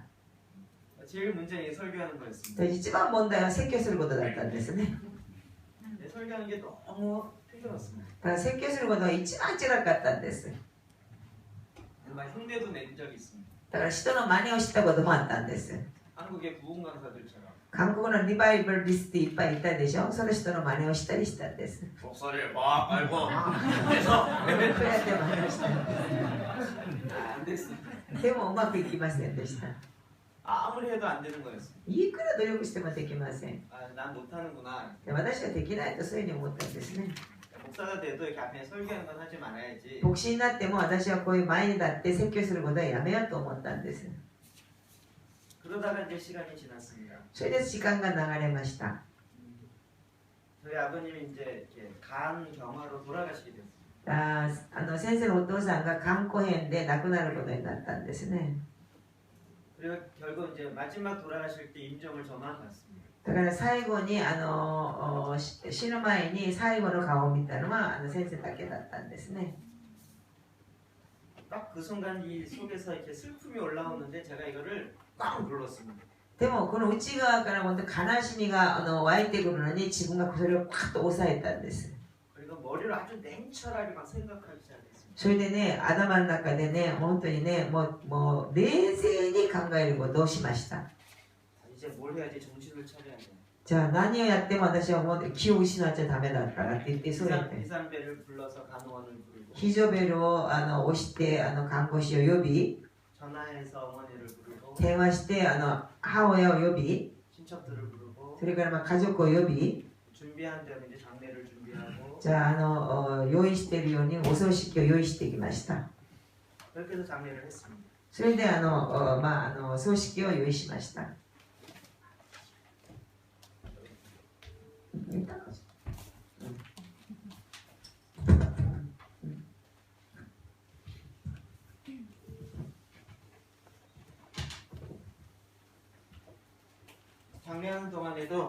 장례하는 동안에도 그냥 마음에 이렇게 슬프기보다는 가만히 있었습니다. お葬式の中でも心の中に悲しみというより、ただ歯を食いしばってそこ自分を抑えようとしたわけなんですね。 다 끝났습니다. それ全部終わりました。 다시 이제 교회로 돌아왔습니다. ただ再び教会に戻りました。 그 당시 이제 인도네시아의 어떤 교회로 탐방을 간 적이 있습니다. その当時インドネシアのある教会に行ったことがあるんですね。 그때 이제 셀 교회를 하느라고 이 치유 수련회를 잘하는 인도네시아 교회를 탐방한 거였습니다. だからセールチャーチを作ってるから癒しのセミナーがあるからインドネシアを行くことになったわけなんですね。 그 목사님이 영어로 설교를 하는데 영어가 들리기 시작했어요. ある牧師が英語で説教しているのに英語が聞けるようになったわけなんです。 영어를 쉽게 해서 아니라 대부분 의성어로 이야기하는 거였어요. ですから英語がうまいからじゃなくってもう完全にパーティーレンゲージみたいなものにやったわけなんですね。 예수님 십자가에 못 박혀 죽었습니다를 말로 하기보다는 예수 흑 이렇게 だからこういうパーティーレンゲージでイエス様が十字架に釘されましたっていう英語で言うんじゃなくてイエスこうやって死んだとかこういうふう 주로 に 이제 으아 이러면서 こうやってパーティーでね体でこうやって表現してる英語だったわけなんですね。 그 십자가에서 돌아가시는 걸 아주 이렇게 실제적으로 설명했습니다. 十字架に釘刺されて亡くなるっていうことを実際にリアルに説明したわけなんですね。 이게 십자가에 달리면 이게 이렇게 어깨로 딱 이렇게 쳐지기 때문에 이 횡격막이 위로에서 숨을 쉬기가 힘듭니다. ですから十字架に釘刺された場合は肩が下がってしまうから胃袋がこうやって下に下がるのでここの膜が落ちてくるから息が苦しくなるわけなんですね。 그러면 숨을 쉬려고 이게 당겨야 돼요. 그러면 여기서 막 그 통증이 너무 심한 거죠. だから息を吐くためにはこれを引っ張らなきゃいけないからここの痛みが半端じゃないということなんですね。 숨 쉬면 다시 내려가는 거죠. だからまだ息を振ったらって落ちてくるわけなんです。 그러면 다시 또 숨 차면 다시 또 올라와야 돼요. ですから息をしたくなったらまだってこうやって上がらなきゃいけないし 나중에 이렇게 다리를 부러뜨린다고 이야기하죠. じゃあ最後には足を折るっていう書かれてますね。 근데 부러뜨리면 못 올라오게 된다는 얘기입니다. ですから足を折るっていうことは上がらなくなるっていうことなんですね。 근데 그걸 이분이 설명을 하는데 주로 의성어로 했어요. ですから方が先生がそれを説明してんだけどほとんどバディレンギして言ってたわけなんですね。こうやって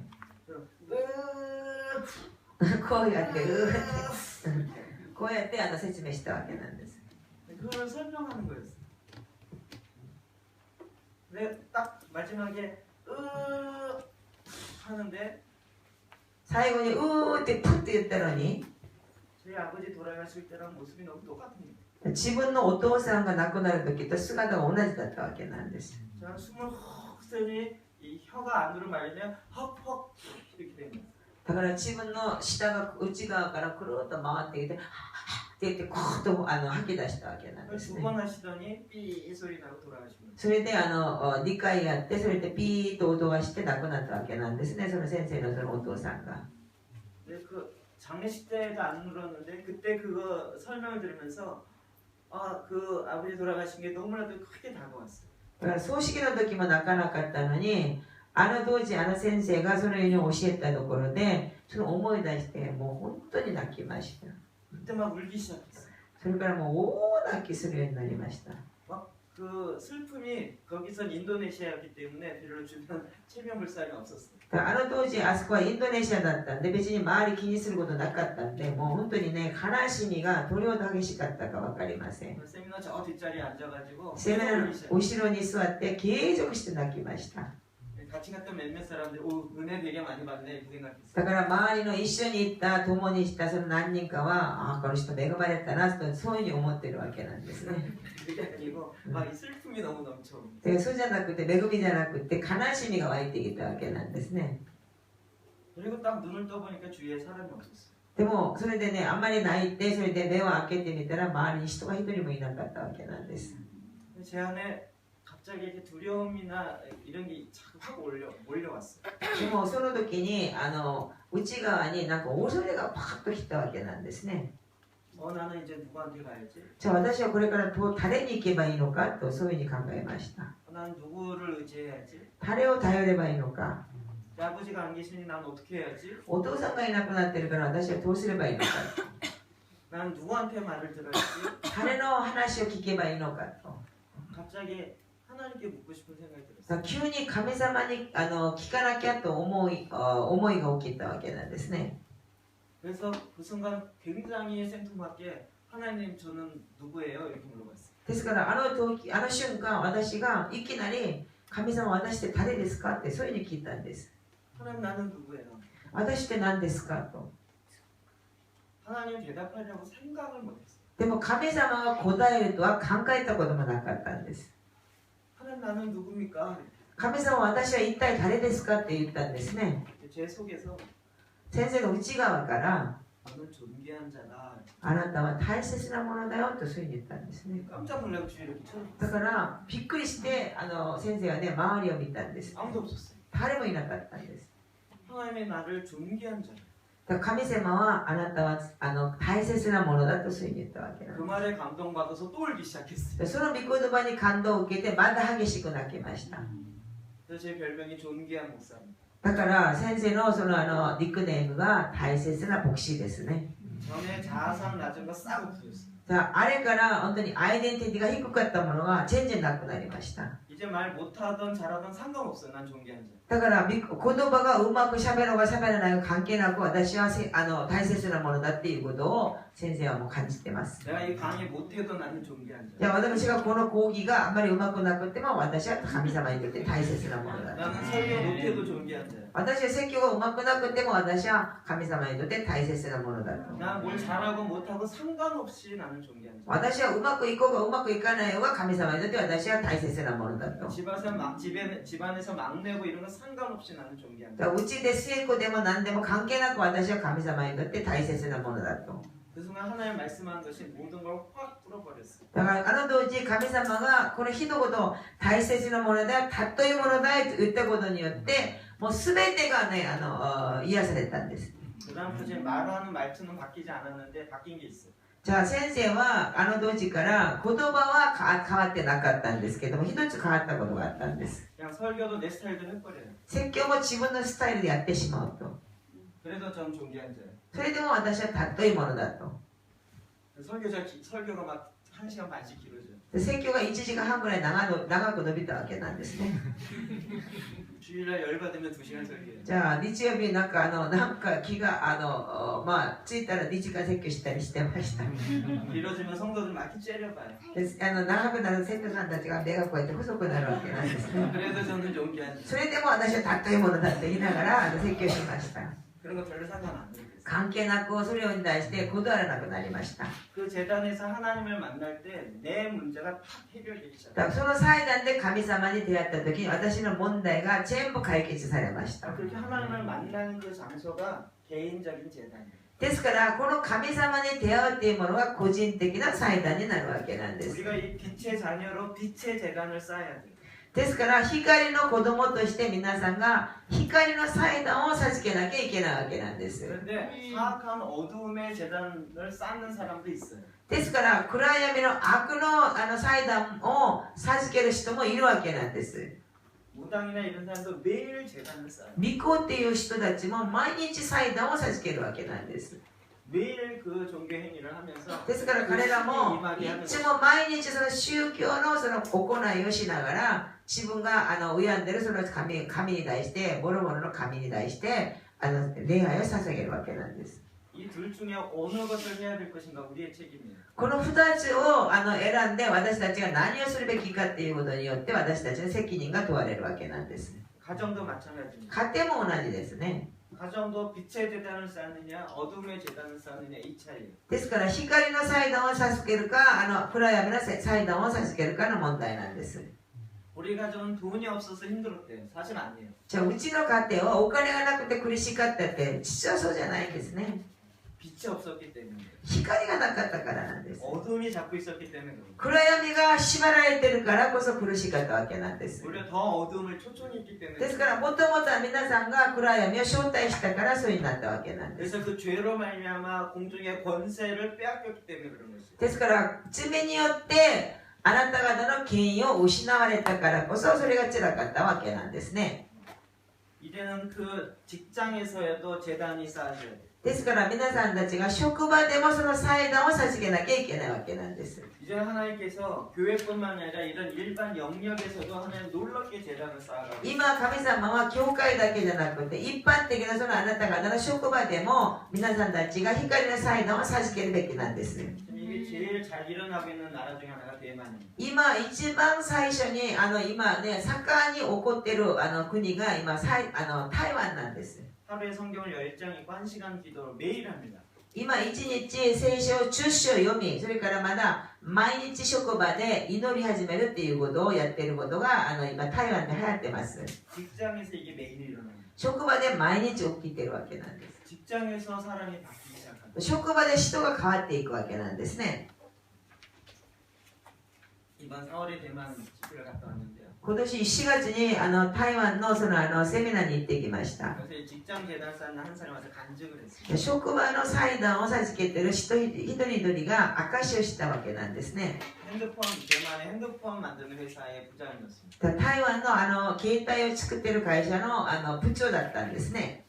세계에서 두 번째로 제일 많이 큰 그 핸드폰 회사가 됐습니다. 世界で2番目に大きいその携帯会社になったわけなんです。 4년 전에는 그 회사가 빚이 2조 원이었어요. ですけども2年前は会社が借金が2兆円ぐらいだったんですって。 그래서 사장이 없는 채로 한 160일 정도 지났어요. 社長がいないその空腹の106日ぐらいがあったらしいですね、その会社が。 근데 그것에 이 크리스찬 한 사람이 계속 기도의 재단을 쌓기 시작했어요. だから場所でクリスチャン一人が継続して祈りの祭壇を作ったわけなんですね。 하나님께 계속 회사를 위해서 기도했어요. 神様に継続して会社のために祈り続けたわけなんで 하나님을 す。 예배했어요. 神様に対してその会社で礼拝をしたわけなんです。 점차 하나님이 그 사람을 통해 일하기 시작했어요. ただだんだん神様がその人を通して働くようになりました。 그게 막 눈에 나타나기 시작했어요. それが目に見えるようになったんですね。 뭘 하든지 그 부서는 항상 있대요. で何をやってもその部署はいつも必ず第一番目になるわけなんですね。 무슨 새로운 안을 내도 그 부서가 내는 게 항상 채택이 돼요. 新しい提案を出しても必ずその部署が選択されたりしたわけなんです。 그리고 다른 그 다른 회사하고 이야기할 때 브리핑 할 때도 이 사람이 하는데 그 사람 너무 정직하게 해요. だから他の会社とも一緒にブリーフィングをやってもこの人本当に誠実にやってますね。 우리 회사 이 핸드폰은 장점은 이런 건데 단점도 있습니다. 그래서 이것까지 이야기해요. だからうちの会社の携帯は長点がこういうものなんだけども着点もありますっていう誠実に答えるわけなんです。 사장은 그런 거 하지 말라 그러는데 이 사람은 정직하게 다 해요. 社長は着点は言わないでくださいって言ってもこの人は誠実にそれを言ったわけなんですね。 그게 더 신뢰가 돼갖고 이 계약이 많이 성사돼요. でも逆にこれが信頼感をもたらしてそれで契約が結びついたわけなんです。 그 사람이 핸드폰 브리핑 한데도 앞 표면에다가 여호와를 경외하는 것이 시민이라 딱 적어요. ですからこの会社のブリーフィングをやってる時も一番最初の書類の上に神様を恐れることが力であるとそういうふうに書いてあるんですね。 그 회사에서 아주 유명한 사람이에요. あの人はもう会社でも有名なんですね。クリスチャンとして。 심지어는 그 회사는 이제 주일날도 출근하는데 그 부서에서 주일날은 출근 안 하는 것이 실적이 더 좋습니다. 이 보고를 올렸어요. ですからあの会社は日曜日も出勤して働くんだけどもあの部署では日曜日を出勤しない方が実績はもっといいですよって言って報告をしたわけなんです。 그 회사 모든 부서가 출근하는데 그 부서만 주일날 출근하는. ですからあの会社の全ての部署が今日曜日出勤することになるんだけどもその部署だけ今出勤しないことになってるんです。 대기업에서 쉬운 얘기가 아니죠. これが大企業では簡単な問題じゃありませんよね。 그런데도 사장이 그걸 계속 인정해요. でもこれを社長が認めてるわけなんです。 왜냐하면 실적이 제일 좋으니까. なぜならば実績があるからなんですね。 그래갖고 이 사람 통해서요. 나중에 이 기업 자체가 어마어마하게 바뀌어요. ですからこの人を通してその企業が変わっていくわけなんですね。 직장 재단을 통해서 예수 믿는 사람이 많아지는 것뿐만 아니라 직장 자체가 바뀌어요. ですから職場の祭壇を通してイエス様を信じる人が増えるだけじゃなくて職場時代が変わっていくんですね。 모든 영역에 사탄의 이런 것들이 다 들어가 있기 때문에 여러분 모두가 다 이런 걸 해야 돼요. だから全ての予約によってサタンがみんなそこにまず先に侵略しているから皆さん全ての予約人として祭壇を授けなきゃいけないわけなんです。 스포츠 영역에들이 엄청 들어가 있다는 거 아시죠? 皆さんスポーツの予約にもサタンの働きがいっぱい入ってるっていうこと知ってますね。 프로야구 선수들이요. プロ野球の選手たち 딱 하기 전에 뭐 하냐면 보사집니다. ですから皆さん野球の試合をする前に悪魔サタンに礼拝をするわけなんですね。 이번 시즌에 우리 잘하게 해달라고 보사하거든요. いやこのシーズンに私たちがうまくいくようにって言って韓国では札の洗ってる札を乗せてそれで一生懸命拝むわけなんです。 거기다 안 하면 너 때문에 우리 졌어 이러면서 계속 욕을 먹어요. それでもし拝まないクリスチャンがいたらお前のために負けたよって言っていつもこうやってね呪われてるわけなんですね。 막 입시 처리되면 그런 것들이 굉장히 많이 일어나요. 韓国は大学入るシーズンになったらもうそういうねサタンに拝むっていうそういうものがあまりにも多いわけなんです。 학교 안에서도 보사를 지내요. 学校の中でもそういうね悪霊サタンに礼拝をするっていう生贄を捧げるっていうものが盛んになってるわけなん 우리 です。 아이들 좋은 대학에 들어가게 해달라고 학부모들이 모여가지고 親たちがうちの子供たちいい大学に入るようにって言って親たちが集まってそうやってねこういう悪魔サタンにその生贄を捧げるわけなんです。 회사 개업할 때도 보사 지내요. 会社をオープンする時もそういうね札の頭を乗せてお金を乗せてそうやってね一生懸命ね悪魔サタンに礼拝をするわけなんです。 꽃에 이런 거 들어가 있어요. ですから社会の中でもうあらゆるところにそういうものが入ってるわけなんですね。 다 힘든 이유가 있어요.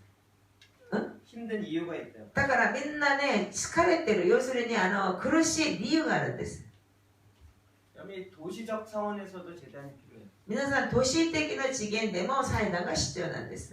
그 도시가 하는 일을 보면 어떠한 도시적 기능이 있는지 알 수 있어요. 皆さんこの都市がやってることを見るとその都市はどういう機能を持っているかが分かるわけなんですね。 여기 도시의 사명이 있습니다. 도시의 사명. みんなそれぞれその都市によって使命があるわけなんです。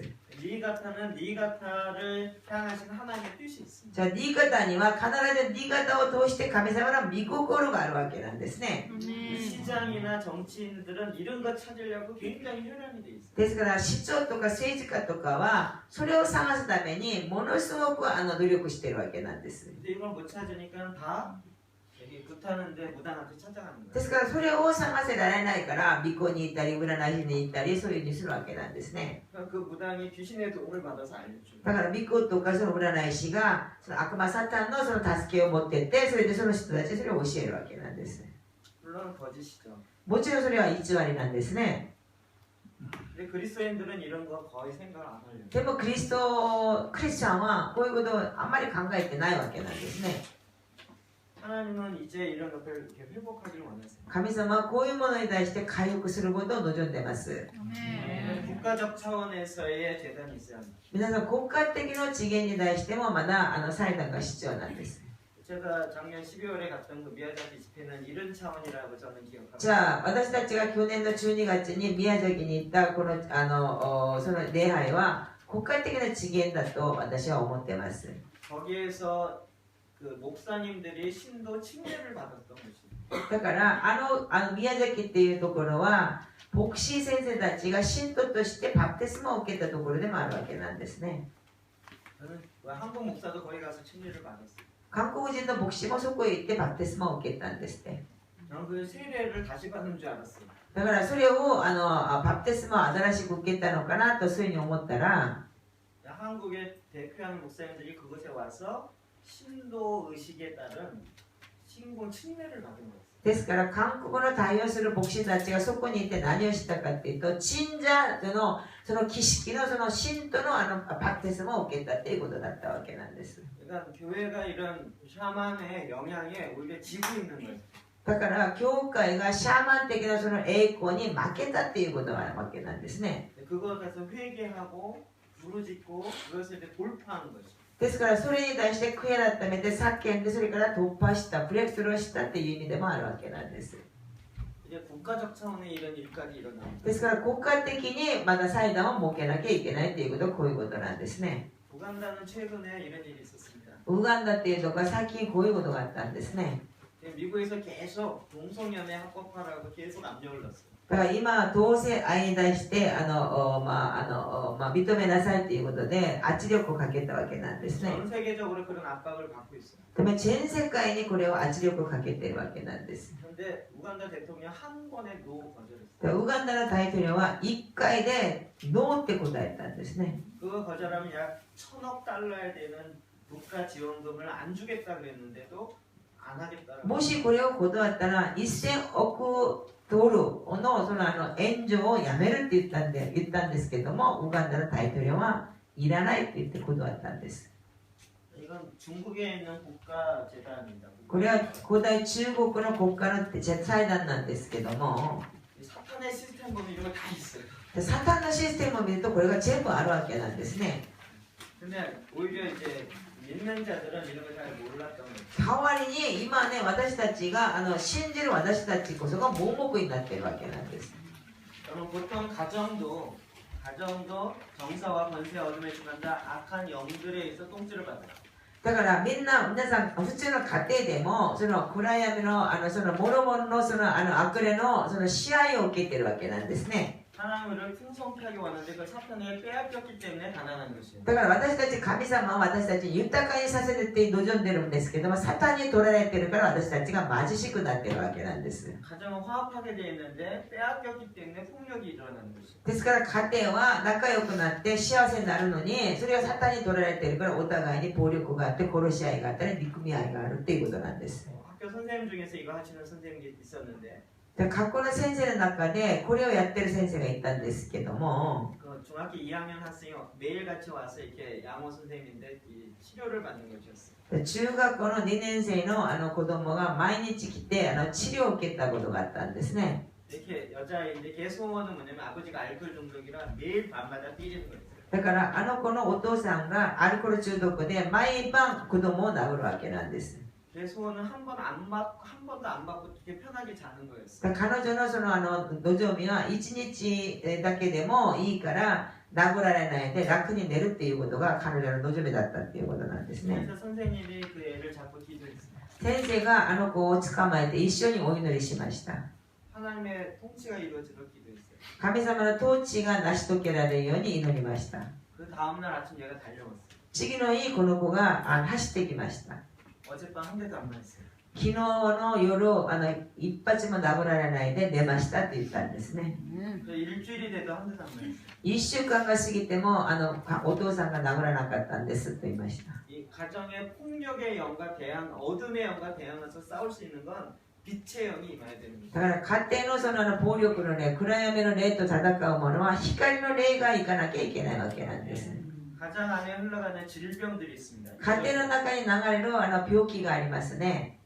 그다음 이것도 하나님께서 그 가정에 흐르는 저주를 끊음으로 다시 온전히 회복해 주십니다. ですから神様がその家計に流れている呪いを消し取って打ち勝ったところで神様が新しく生まれ変わされるわけなんですね。 가정에 흘러가는 불화, 화목하지 못하는 이런 문제들이 일어납니다. だから家庭的に不安定な家庭を持つ、仲良くないということをこういう問題が起きるからなんですね。 이 가정의 재단에 불을 올리기 시작할 때 하나님이 임하는 것입니다. 家庭のその祭壇に火が燃えた時に神様の臨在が現れるから暗闇は去っていくわけなんで 그 す。 가정에 흐르는 이 가난의 어두움을 불로 태워버립니다. 家庭の中にあるこの貧しさ、その呪いが火に行って燃やされているわけなんですね。 그것이 회복되어서 다시 그 물질적인 충만함을 받는 것입니다. ですからそれが回復されて物質的にも満たされることになるわけなんです。 이런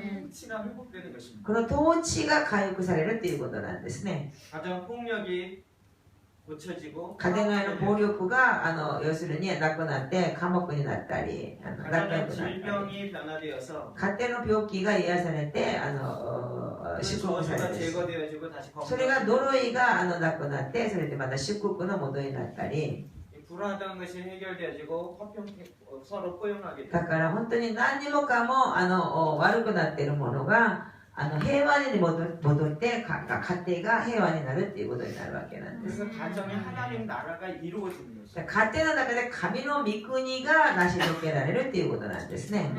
통치가 이루어집니다. 神様の家庭の中に神様の統治が現れるっていうことなんです。 경제 영역도 마찬가지입니다. 経済の領域も同じことです。 경제 영역에도 불의가 너무 많아요. だから不義がいっぱいありますね、経済のその領域の中でも。 뿐만 아니라 그 경제의 탐욕, 욕심이 많아요. 貪欲もいっぱいありますね、欲望。 이 탐욕은 가난의 영이라 그러는데 이거는 돈 많은 사람이 더 많아요. だから貪欲っていうのは何かっていうと貧乏の霊っていうんですけどもお金持ちがもっと貪欲があります。 돈 없는 사람보다 돈 많은 사람이 이 가난의 영, 탐욕하는 그 마음이 훨씬 더 큰 お 것이죠. 金持ちが金がない貧乏人よりももっと貪欲の要するに貧乏の霊を持ってるわけなんですね。 돈이 있냐 없냐 얘기가 아니에요. お金があるとかないとかの問題じゃないんです。 이 가정에 이런 두려움이나 우상 이런 것들이 계속 가정 안에 경제 안에 있는 だ 것입니다. から経済の中でこの恐れとか要するにそれに対して貪欲要するにサタンの支配にあるっていうことなんですね。 그것의 정사와 권세를 잡고 계속 그 어둠의 주관자가 경제 영역을 다스리기 시작합니다. じゃあ、もろもろの悪霊が、暗闇の悪霊が、それを縛り付けて、それを支配するからそうになるわけなんですね、経済的なものを。 근데 이제 하나님께서 경제 영역에 하나님의 요셉 같은 사람을 일으키십니다. ですから神様は、神様のその経済のその領域に、神様のヨセフみたいな人を立ち上がらせようとしています。 전 세계는 7년 풍년과 7년 총년 이런 이 시기에 들어가요. これからさっき全世界は7年封鎖、それから7年飢饉のそのシステムの中に入ろうとしています。 이걸 알지도 못하고 어떻게 해야 될지도 몰라요. でも知ることもできないし、どうやればいいかわからないこともあります。 요셉은 기도하면서 이게 뭔지 하나님으로부터 딱 받아요. でもヨセフはそれに対して祈りながら神様から来るものが何かにそれを受け入れたわけなんですね。 그래서 바로에게 5분 만에 브리핑을 딱 해요. ですからパロの王に5分でブリーピングをパッとしてるわけなんですね。 그래서 7년 풍년이 드는 동안 5분의 1씩 걷어라 라고 이야기합니다. だからその7年の封鎖の中で5分の1ほどもらいなさいと言ってるわけなんです。 최근에 요셉이 지은 창고가 발견됐어요. 最近ヨセフが作った倉庫が発見されました。 여러분 이스라엘 그 무덤에 보면 아줌마들이 이렇게 항아리 메고 이렇게 계단 올라가는 그림 본 적 있어요. 皆さんイスラエルに行ってそのお墓に行ってみるとおばさんたちがエジプトで壺を持ってこう階段をこう登るそういう絵を見たことありますか？ 그게 뭐냐면 그 창고를 땅 속으로 이렇게 파는 거예요. だから倉庫を土の中に掘ったわけなんですね。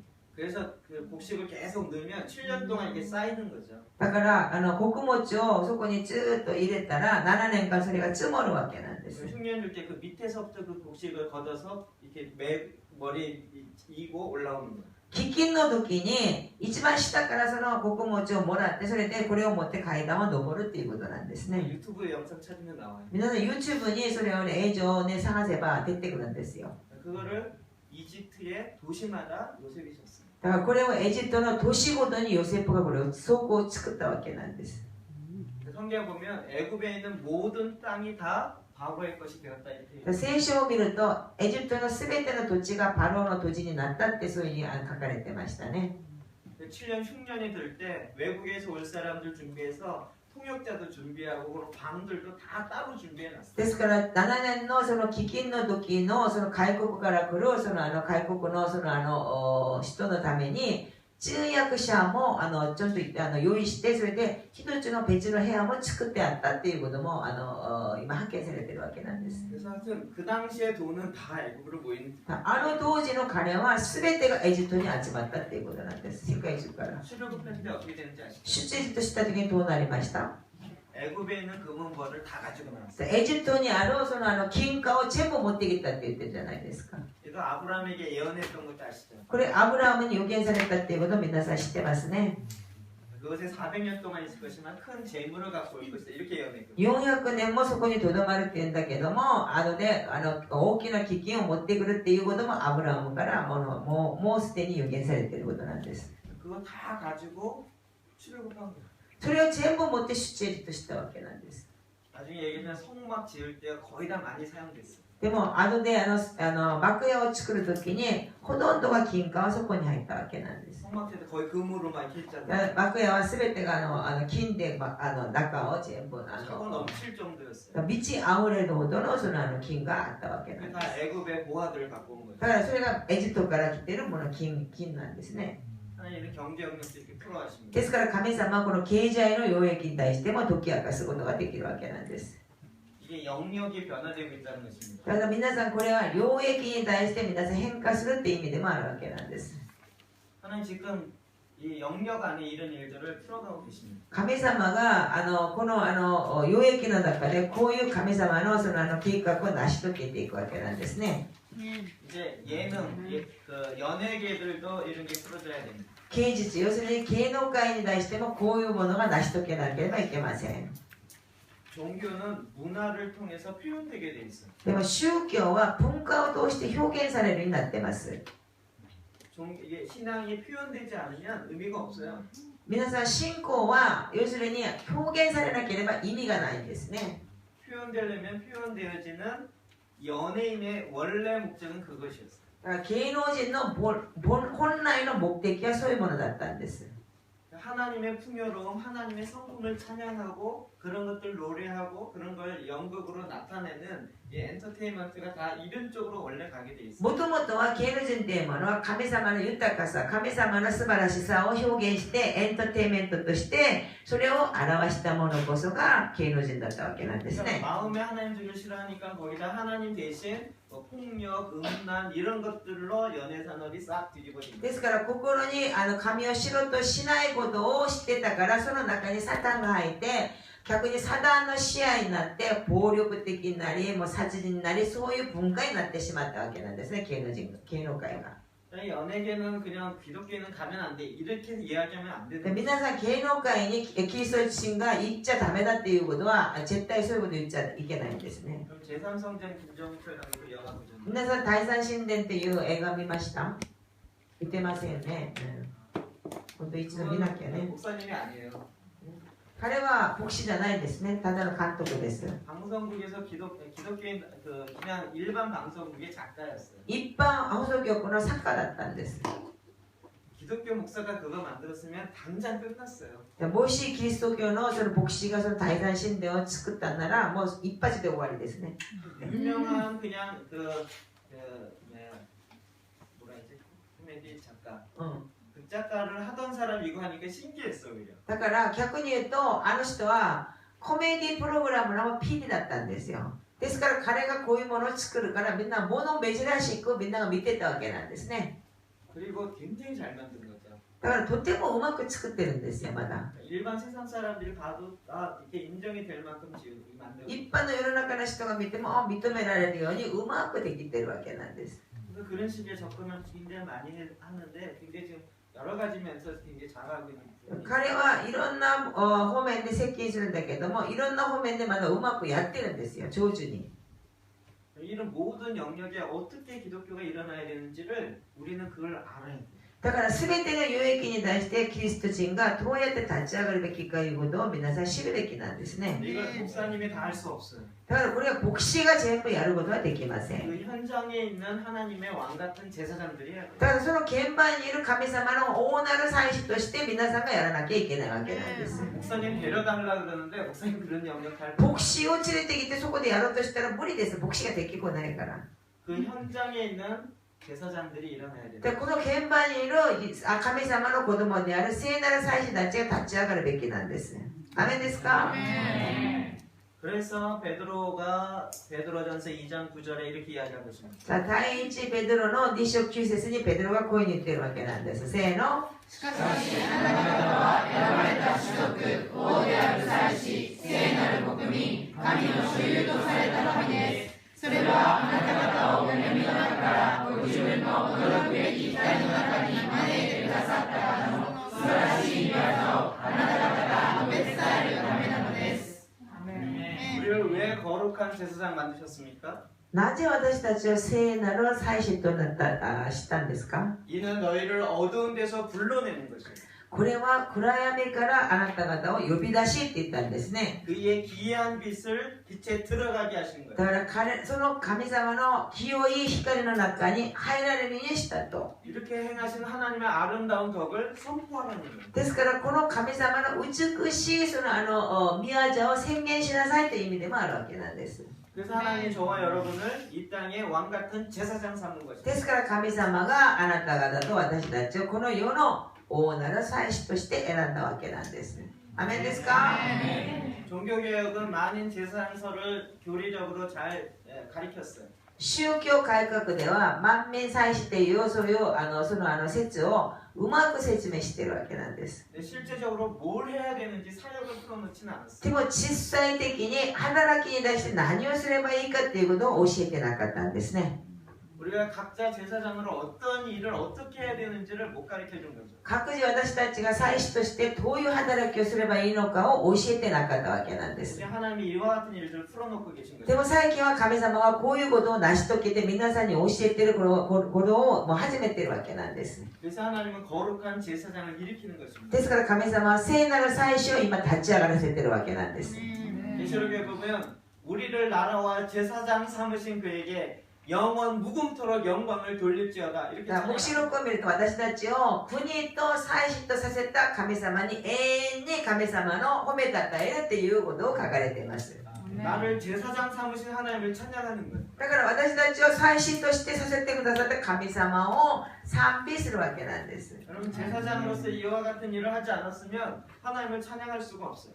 皆さん祭司としてこういうことを成し遂げないんだったら神様を褒めたたえる賛美することはできません。 이제는 우리 모두가 다 하나님의 이 나라의 말씀 앞에 순종해서 전체적으로 나라 전체를 구원해야 돼요. ですから皆さん全てが皆さん大なる祭司であるから神様の御言葉に従順して国ごとを救わなきゃいけないわけなんですね。 제일 먼저는 개인 재단을 세워야 됩니다. 一番最初は個人の祭壇を作るわけなんです。 내 마음대로 하는 것이 아니라 하나님의 뜻대로 하는 자. 私の勝手に作るんじゃなくて神様の御言葉通りにやらなきゃいけないんです。 그리고 가정이 회복돼야 됩니다. 家庭が回復されなきゃいけないわけなんです。 가정이 회복되지 않은 상태로 막 나라와 교회를 위해서 나가지 마십시오. だから家庭が回復してない状態で国とそれから教会のために進んでいっても無理です。 그리고 이제 하나님께서 교회를 만민이 기도하는 집으로 회복하기 시작합니다. ですから家庭が回復した後、教会が全てのダメダメが祈る祈りの家として回復していくことをしているわけなんです。 우리는 만민이 기도하는 집이란 하나님으로 하여금 일하게 만드는 것이에요. だから全てのためだめが祈りの家って何かですと、神様にとって神様が働かせる私たちが祈りを続けていくことなんですね。 우리가 왜 24시간 이거 하려고 그러겠어요? なぜ私たちが24時間祈ろうとしてるんですか？ 24시간 하는 게 목적이 아니에요. じゃあ24時間やるのが目的じゃありません。 하나님이 일하시게 하려고. 神様が動くように、神様が働くようにするわけなんですね。 우리 계속 올려드리고 하나님 이거 하세요, 하나님 저거 하세요. ですから私たちが祈りをずっと天に捧げていくわけで、神様こうしてください、こうしてください、神様を成し遂げてくださいっていうことを神様に捧げることなんですね。 그래서 여호와의 날 쉬지 못하게 하는 파수꾼을 하나님 찾으시고. ですから私たちがイザヤ書の6章2章の6、7節の通りに神様が休まないように宮人が祈り続けると言っていることなんで 이게 す 교회 ね。 안에만 멈춰 있으면 안 돼요. ですからこれが教会の中だけがとどまっちゃいけません。 교회는 하나님 나라의 정보기관과 같아요. だから教会は神の御国の政府機関と同じなんですね。 이 현에 있는 동사무소와 같아요. だから例えばの新潟県にある県の事務所と同じなんですね。 나라에서 하라는 일을 여기서 받아서 이 주민들에게 막 퍼뜨려서 일을 해야 되는 거예요. だから国がやってくださいということを県の事務所が受け入れて、この住民に全部教えなきゃいけないわけなんですね。 동사무소 직원들이 나라에서 드는 돈이나 이런 거 갖고 동사무소만 열심히 일하면 안 되는 거예요. ですからその県のその事務所の人たちが国からくれるお金とかそういうものを持って自分たちだけこうやって使おうとしたらできないわけなんですね。 이 지역을 바꿔야 되는 こ 거예요. の地域を変えなきゃいけないから、その人たちに教えたり投資したりしなきゃいけないように、このクリスチャンがこの地域を変えなきゃいけないわけなん 이 です。 지역의 어두움을 내가 쫓아야 되는 だ 거예요. からこの地域の暗闇を追い出す力を持ってあなたたちが祈らなきゃいけ 이 ないわ 지역 けなんです。 가운데 빛이 임하게 해야 돼요. この地域の中に光がとどまるように宣言しなきゃいけないわけなんです。 그러려면 모든 영역, 교육, 가정, 경제, 정치 다 이게 영향을 미쳐야 돼요. ですからそのためには全ての領域、教育と家庭と社会とそういうものに対して全てをこの皆さんが力を得なきゃいけないわけなんです。 이제 안산이라는 한국 도시에 살다 보니까 제가 막 시장된 것 같아요. 先生がアンサンっていう都市に住んでるから時々自分が錯覚するんだけど、アンサンが市長になった気分なんだって。 심지어 살인 사건 나면 저한테 연락이 와요. 殺人事件にあっても先生のところに連絡が来るんだって。 살인 사건은 그 도시에 미친 영향이 굉장히 큽니다. 皆さん殺人事件っていうのはその都市に行う霊的な力が大きいんですよ。 그러니까 억울한 피가 흘려졌는데 범인을 잡지 못하면 어떻게 해야 되는지 아시죠? だから悔しい血に流れたんだから、その犯人を捕まえなかったらどうなるかって考えてみてください。 거기서 가장 가까운 도시에 제사장을 불러와야 되는 거예요. だから一番その都市から近いところで祭司を呼んでこなきゃいけないわけなんです。 그 제사장이 그 흘린 피를 대신 속해야 되는 거예요. だからその祭司がその流れたその罪のない血を流したそれに対して代わりにこの祭壇を授けて祈らなきゃいけないわけなんです 그래야 ね。 이 땅의 저주가 그 땅으로 흘러가지 않고 막을 수 있는 だからその血の呪いがその血に流れないように妨害できるように追い出すことができるようにさせるわけなんです。 이거 하면 할수록 일이 너무 많아요. だからこれやったらやろうとどれほどあなた仕事が多いか分かりません。 이렇게 국가적으로 이게 이제 결국 국가적까지 가야 で 돼요. 結局これが国家的までいかなきゃいけないわけなんです。 일본의 정치인 수상이 지금 어디로 가야 될지 잘 몰라요. だから日本のその総理大臣がどこに行けば道がわからないわけなんですね。 지금 막 영토 때문에 전쟁하는 거 아시죠? 皆さん縄張り要するに土地のために今戦争やってるっていうこと知ってますよね。北方領土だとか中国の何とかそれまた独島だとかそういうことでねやってるでしょ今。 이제 하나님은 지금 한중일이 연합해서 하나님 일을 하기를 원하는데 사탄은 자꾸 싸우게 만들려고 일을 꾸미고 있어요. 神様は日韓中が一つになって連合して何か神様のことを行おうとしているのに、サタンはみんなこうやって中国韓国それでね喧嘩戦いを起こしてるわけじゃないですか。 성경의 마지막 때에 동방에서 돕는 바람이 일어난다 그랬어요. だから聖書には最後の時代に東の果てから助ける風が起きるって言ったんですね。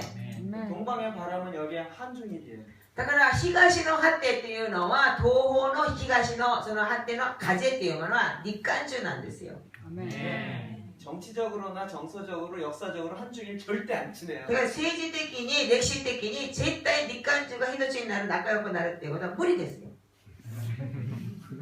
근데 하나님께서 지금 막 이런 일을 새롭게 풀어간다. でも神様は今全てを成し遂げをして日韓中が一つになると一生懸命やってるじゃないですか。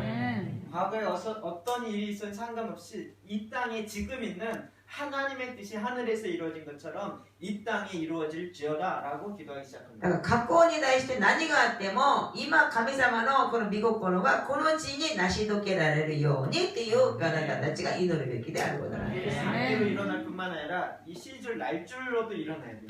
ですからこれ段階だけじゃなくて上から下にこのそれで起きなきゃいけないわけなんです。 첫 번째 목사님들의 연합모임이 굉장히 중요해요. ですから第一番目牧師たちの連合集まりが大切なんです。 이 땅의 축복의 통로 역할을 하기 때문에 그렇습니다. ですからこの地の祝福の通路の役割を知ってるからなんですね。 레위인들이 중요합니다. ですから第一番目はレビ人が大切なんです。 하나님을 찬양하면서 하나님의 임재가 이 땅에 내려올 수 있도록 하는 자들이 예배자입니다. ですから神様の賛美をしながら神様のその霊、神様のその臨在を天から落ちさせてこの地に満たせられることができるような人たちがレビ人ですから。 그냥 뭐 피아노 잘 치고 기타 잘하고 이런 이야기가 だから 아니에요. ピアノがうまくいく、ギターがうまいとかそういう問題じゃありません。 하나님을 내 영으로 예배합니다. 神様は私たちが霊で賛美するということなんですね。 그걸 하는 자들이 바로 레위인들이에요. だからそれをやるっていう人たちがレビ人なんですよ。 그리고 이제 직장으로 이것이 바뀌어야 돼요. だからこれが職場に変わらなきゃいけないわけなんですね。 뿐만 아니라 이제 청년들이 일어나야 되고 ですから共に若者たちが立ち上がらなきゃいけないわけなんです。 그리고 아이들도 일어나요. 子供たちも立ち上がらなきゃいけない。 여성들이 일어나요. 女性たちが立ち上がらない。女性たちが立ち上がらない。 이게 시줄과 날줄이 돼서 그물처럼 딱 연결되어야 나라 전체를 だ 끄집어 から横と縦が一つになって網みたいにこうやってねつながっていくときにこれこそが本当に一つの力になるわけなんです。 그물을 잡을 때 고기가 빠져나오던 이 매듭이 풀러져 있기 때문에 그런 거예요. だから皆さん網で魚を取ったときに魚が逃げるっていうことはその網が緩くなってるからそこから魚が逃げてるわけなんですよ。 근데 이게 그물처럼 아주 평평하게 딱 짜여져 있어야 돼요. だから本当にね網がね本当にねタイトにこうやってあるときに魚は逃げられないわけなんです。 그랬을 때 모두가 다 이 국가의 재단을 통해서 나라를 하나님이 원하시는 나라로 만들 수 있는 ですから全ての人たちがこの祭壇を授けていくときに国全体が変わっていくから国が神の御国のその神の木神の国に求められるようになるわけなんです。 근데 하나님 지금 이 일을 행하고 있으시죠. 今は神様がこれを成し遂げようとしてるんですね。行ってます。 대만 가면서 깜짝깜짝 놀랐어요. 先生は台湾に行って驚くんですね。行くたびに 그 목사님들 모여서 각 모든 도시를 다 돌고 있어요. 全てのその牧師先生たちが集まってそれで全ての都市をくるくる回っていくんですね。 저 아래 지방 가니까 이런 일이 있었답니다. だからその田舎の方に行ってこういうことが起きたんです。 막 이제 현대화 되어지면서 정부가 땅을 하나둘 이렇게 뺏기 시작했어요. だから現代化になって政府が一つ二つ土地を奪ったわけなんですね。 그 당시 이게 글을 모르고 이런 할머니들이 있으니까 그냥 그 사람들이 야 이게 여기다 도장 찍으라 그러면 좋은 거 줄게 이러면서 땅을 많이 뺏었어요. 当時血もわからないし年寄りのおばあちゃんおじいちゃんにここにハンコ押せば私がいいものあげるからって言って土地を奪ったんだって。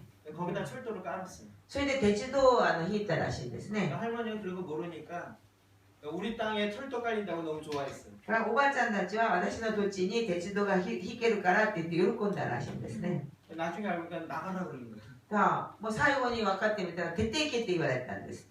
아니 이게 우리 대대로 살던 땅인데 왜 나가냐? なぜ私が代々こう住んだ土地なのになんで私が出なきゃいけないのかって言ったら 너 여기다 도장 찍지 않아? あんたここにハンコ押したでしょって言ってねこういうふうに言ったらしいんですね。 쫓아냈어요. それで追い出したんですと。 이 사람이 살 데가 없어 산 쪽에 가서 살았어요. でおばちゃんたちは住むところがなくて山の上で住みました。 이걸 알게 됐어요. それを知ることになりました。 목사님들이 그 땅 가서 기도했어요. 牧師先生たちがその地に行って祈りました。 놀라운 일을 했어요. 驚くべきことが起きたんです 그 ね。 사람을 찾아냈어요. その人を探したわけなんです。 그리고 교회가 돈을 벌었어요. 教会がお金を集めました。 이 사람한테 미안하다고. それで教会が 땅값을 제대로 계산해서 이 사람에게 줬어요. そのおばあちゃんを探して教会が申し訳ないと言ってその地の地をその対価としてそのお金を教会が払ったらしいんですね。 정부도 안 한 일이에요. 政府がやってないことをやってしまったわけなんです。 그 일을 함과 동시에 대만에 희한한 사건이 하나 벌어졌어요. だからそのことをやった同時に台湾に面白いことが起きたわけなんですね。 가장 큰 절이 비리가 발견되면서 완전히 그 불교 재단이 무너져 버렸어요. だから一番大きいお寺がそこで不正が発見されて一番大きいその仏教の祭壇が要するに教団教会では教団みたいなものを滅びたんです。 그 묶여 있는 그 죄의 권세를 회개함으로 깨뜨리는 거예요. だから縛られてる罪の権威を悔い改めをもって行ってそれで暗闇の権威を打ち破ったわけなんですね。 이런 일들을 제사장들이 하는 것입니다. だからこういうことは祭司たちがやってることなんですね。 그래서 거룩한 제사장들이 일어나야 하는 것입니다. ですから聖なる祭司たちが立ち上がるべきなんです。 이 세상이 어두우면 어두울수록 빛을 찾는 것이에요. だからこの世の中に暗闇が暗くなるほど光はもっと輝いてくるわけなんです。 이 세상 어디에도 빛이 없어요. この世の中にどこでも光がないとしても 하나님은 빛이시라. 神様は光であると。 하나님은 빛이시라. 神様は光。 여러분을 빛의 자녀들로 일으키신 것입니다. だから皆さんを光の子供として立ち上がらせてるわけなんですね。 그래서 하나님이 바로 빛의 자녀를 찾는 것이에요. ですから神様は今光の子供を探しているわけなんです。 그 빛의 자녀를 이 아래 두지 않고 등경 위에 두는 것이에요. ですから光の子供たちを下に置くんじゃなくて塔の上に置くって言ってるじゃありませんか。 높은 것에 빛을 발하게 하는 것이에요. ですから高いところから光を照らすようにしますって言ってるんじゃないですか。 하나님 자꾸 높이 들려니까 난 높은 거 싫어요. 이런 사람이 너무 많아. だから神様はもっと高く持ち寄るとしたら高いのいらないっていう人がいっぱいいるんですけども 그런 영역에서 뭐 좀 해라 그러니까 오히려 막 세상으로 물 들어가는 사람까지 있어. だからこの溶液に立ち上がらせてそれで何かを神様の光を照らしなさいって言ったら逆に悪の中に染まってしまう人もいるわけなんです。 그러나 요셉처럼 강하게 훈련받아서 하나님의 역사를 이루어가는 자가 되어야 됩니다. 皆さんヨセフみたいに強力に訓練されて神様の働きを成し遂げる人にならなきゃいけないわけなんですね。 요셉이 나중에 형들을 만납니다. ヨセフは最後にお兄さんたちに会いますね。 형들이 몰라봅니다. お兄さんたちが知らなかったんですね、最初はね。 요셉이 뭐라고 이야기하면 당신네들이 애굽에 판 요셉입니다 이렇게 얘기합니다. ヨセフはこう言ったんでね、あなた方がエジプトに売ったヨセフだよって言ってるわけなんです。 그 형들이 너무 겁이 들었어. 우리 죽겠다 생각. お兄ちゃんたちも怖くなっちゃって私たち殺されるって思ってね、そうやって怯えたわけなんですね。 걱정하지 마십시오. 근심하지 마십시오. 心配するなって言いました、ヨブがね。 요셉이 놀라운 고백을 합니다. ヨセフはね、驚くべきの告白をしますね。 하나님께서 우리 가족을 구원하시려고 나를 먼저 보냈나이다 이렇게 고백합니다. だから神様が私たちの家族を救うために私を先にエジプトに送りましたとヨセフはそういうふうに告白するわけなんです。 하나님 먼저 보낸 적 없어요. 神様は先に送ったことじゃありませんよ。 팔려간 거였습니다. 売られていったんですよ。 옥에도 오해받고 들어간 것입니다. だから要するに牢屋にも公開されていったわけなんですね。 계속 고난으로 갔습니다. だから継続して苦難の始まりだったわけなんで 근데 す。 그걸 통해 하나님의 성품을 배우게 한 で 것입니다. もそれを通して神様を性質に対して彼を分からせたわけなんです。 그가 총리가 되어지고 난 다음에도 쉬지 않고 각 도시마다 그 애굽의 창고를 지은 것이에요. だから彼は総理になっても休まずに年ごと神様の倉庫を作ってエジプトの倉庫を作ったわけなんです。 바로가 이렇게 이야기한 것이에요. パローがこういうふうに言ったんですね。パローが 내가 하나님의 신에 감동된 사람을 내가 어디서 찾을 수 있냐? 네가 승리해라. 私が神様のその霊に感動されている人どこで私が探すことができるでしょうか。お前が総理になれって言ったわけなんですね。 지금 이 시대에도 하나님의 신에 감동된 사람을 찾습니다. この時代も神様の霊に感動されている人をこの時代も探しているわけなんです。 이 니가다현을 향한 하나님의 뜻이 무엇인지를 아는 사람을 찾습니다. 今新潟県に対して神様の御心が成し遂げることがに対して知ってる人を神様が今探してるんです。 여기에는 중고등학교 학생들을 향한 하나님의 뜻이 무엇인지 아는 사람들을 찾습니다. だから小中高の学校に対して神様の御心が何かを知る人を探してるわけなんです。 내가 하는 것이 아니고 내 안에 계신 예수 그리스도가 행하는 것입니다. これは私がやるんじゃなくて私の内側にあるイエス・キリストが成し遂げるからなんです。 내 방법이 아니라 하나님의 방법으로 이루는 것입니다. 私の方法じゃなくて神様の方法で成し遂げようとしているわけなんです。 그래서 거룩한 제사장들을 일으키는 것입니다. だから聖なる祭司を立ち上がらせてるわけなんですね。 어둠의 나라에서 사랑의 아들의 나라로 옮기신 것입니다. だから暗闇の国から愛の神様の国に移しているわけなんです。 그래서 이 아름다운 덕을 선포하라고 하신 だから 것입니다. 美しいこの法、要するに美しい福音を宣言しなさいということなんです。 그게 저와 여러분을 향한 하나님의 뜻입니다. これが私たちと皆さんに対しての神様の御心です。 거룩한 제사장들이여 일어날지어다. で聖なる祭司たちは立ち上がれ。 제사장들이여 일어날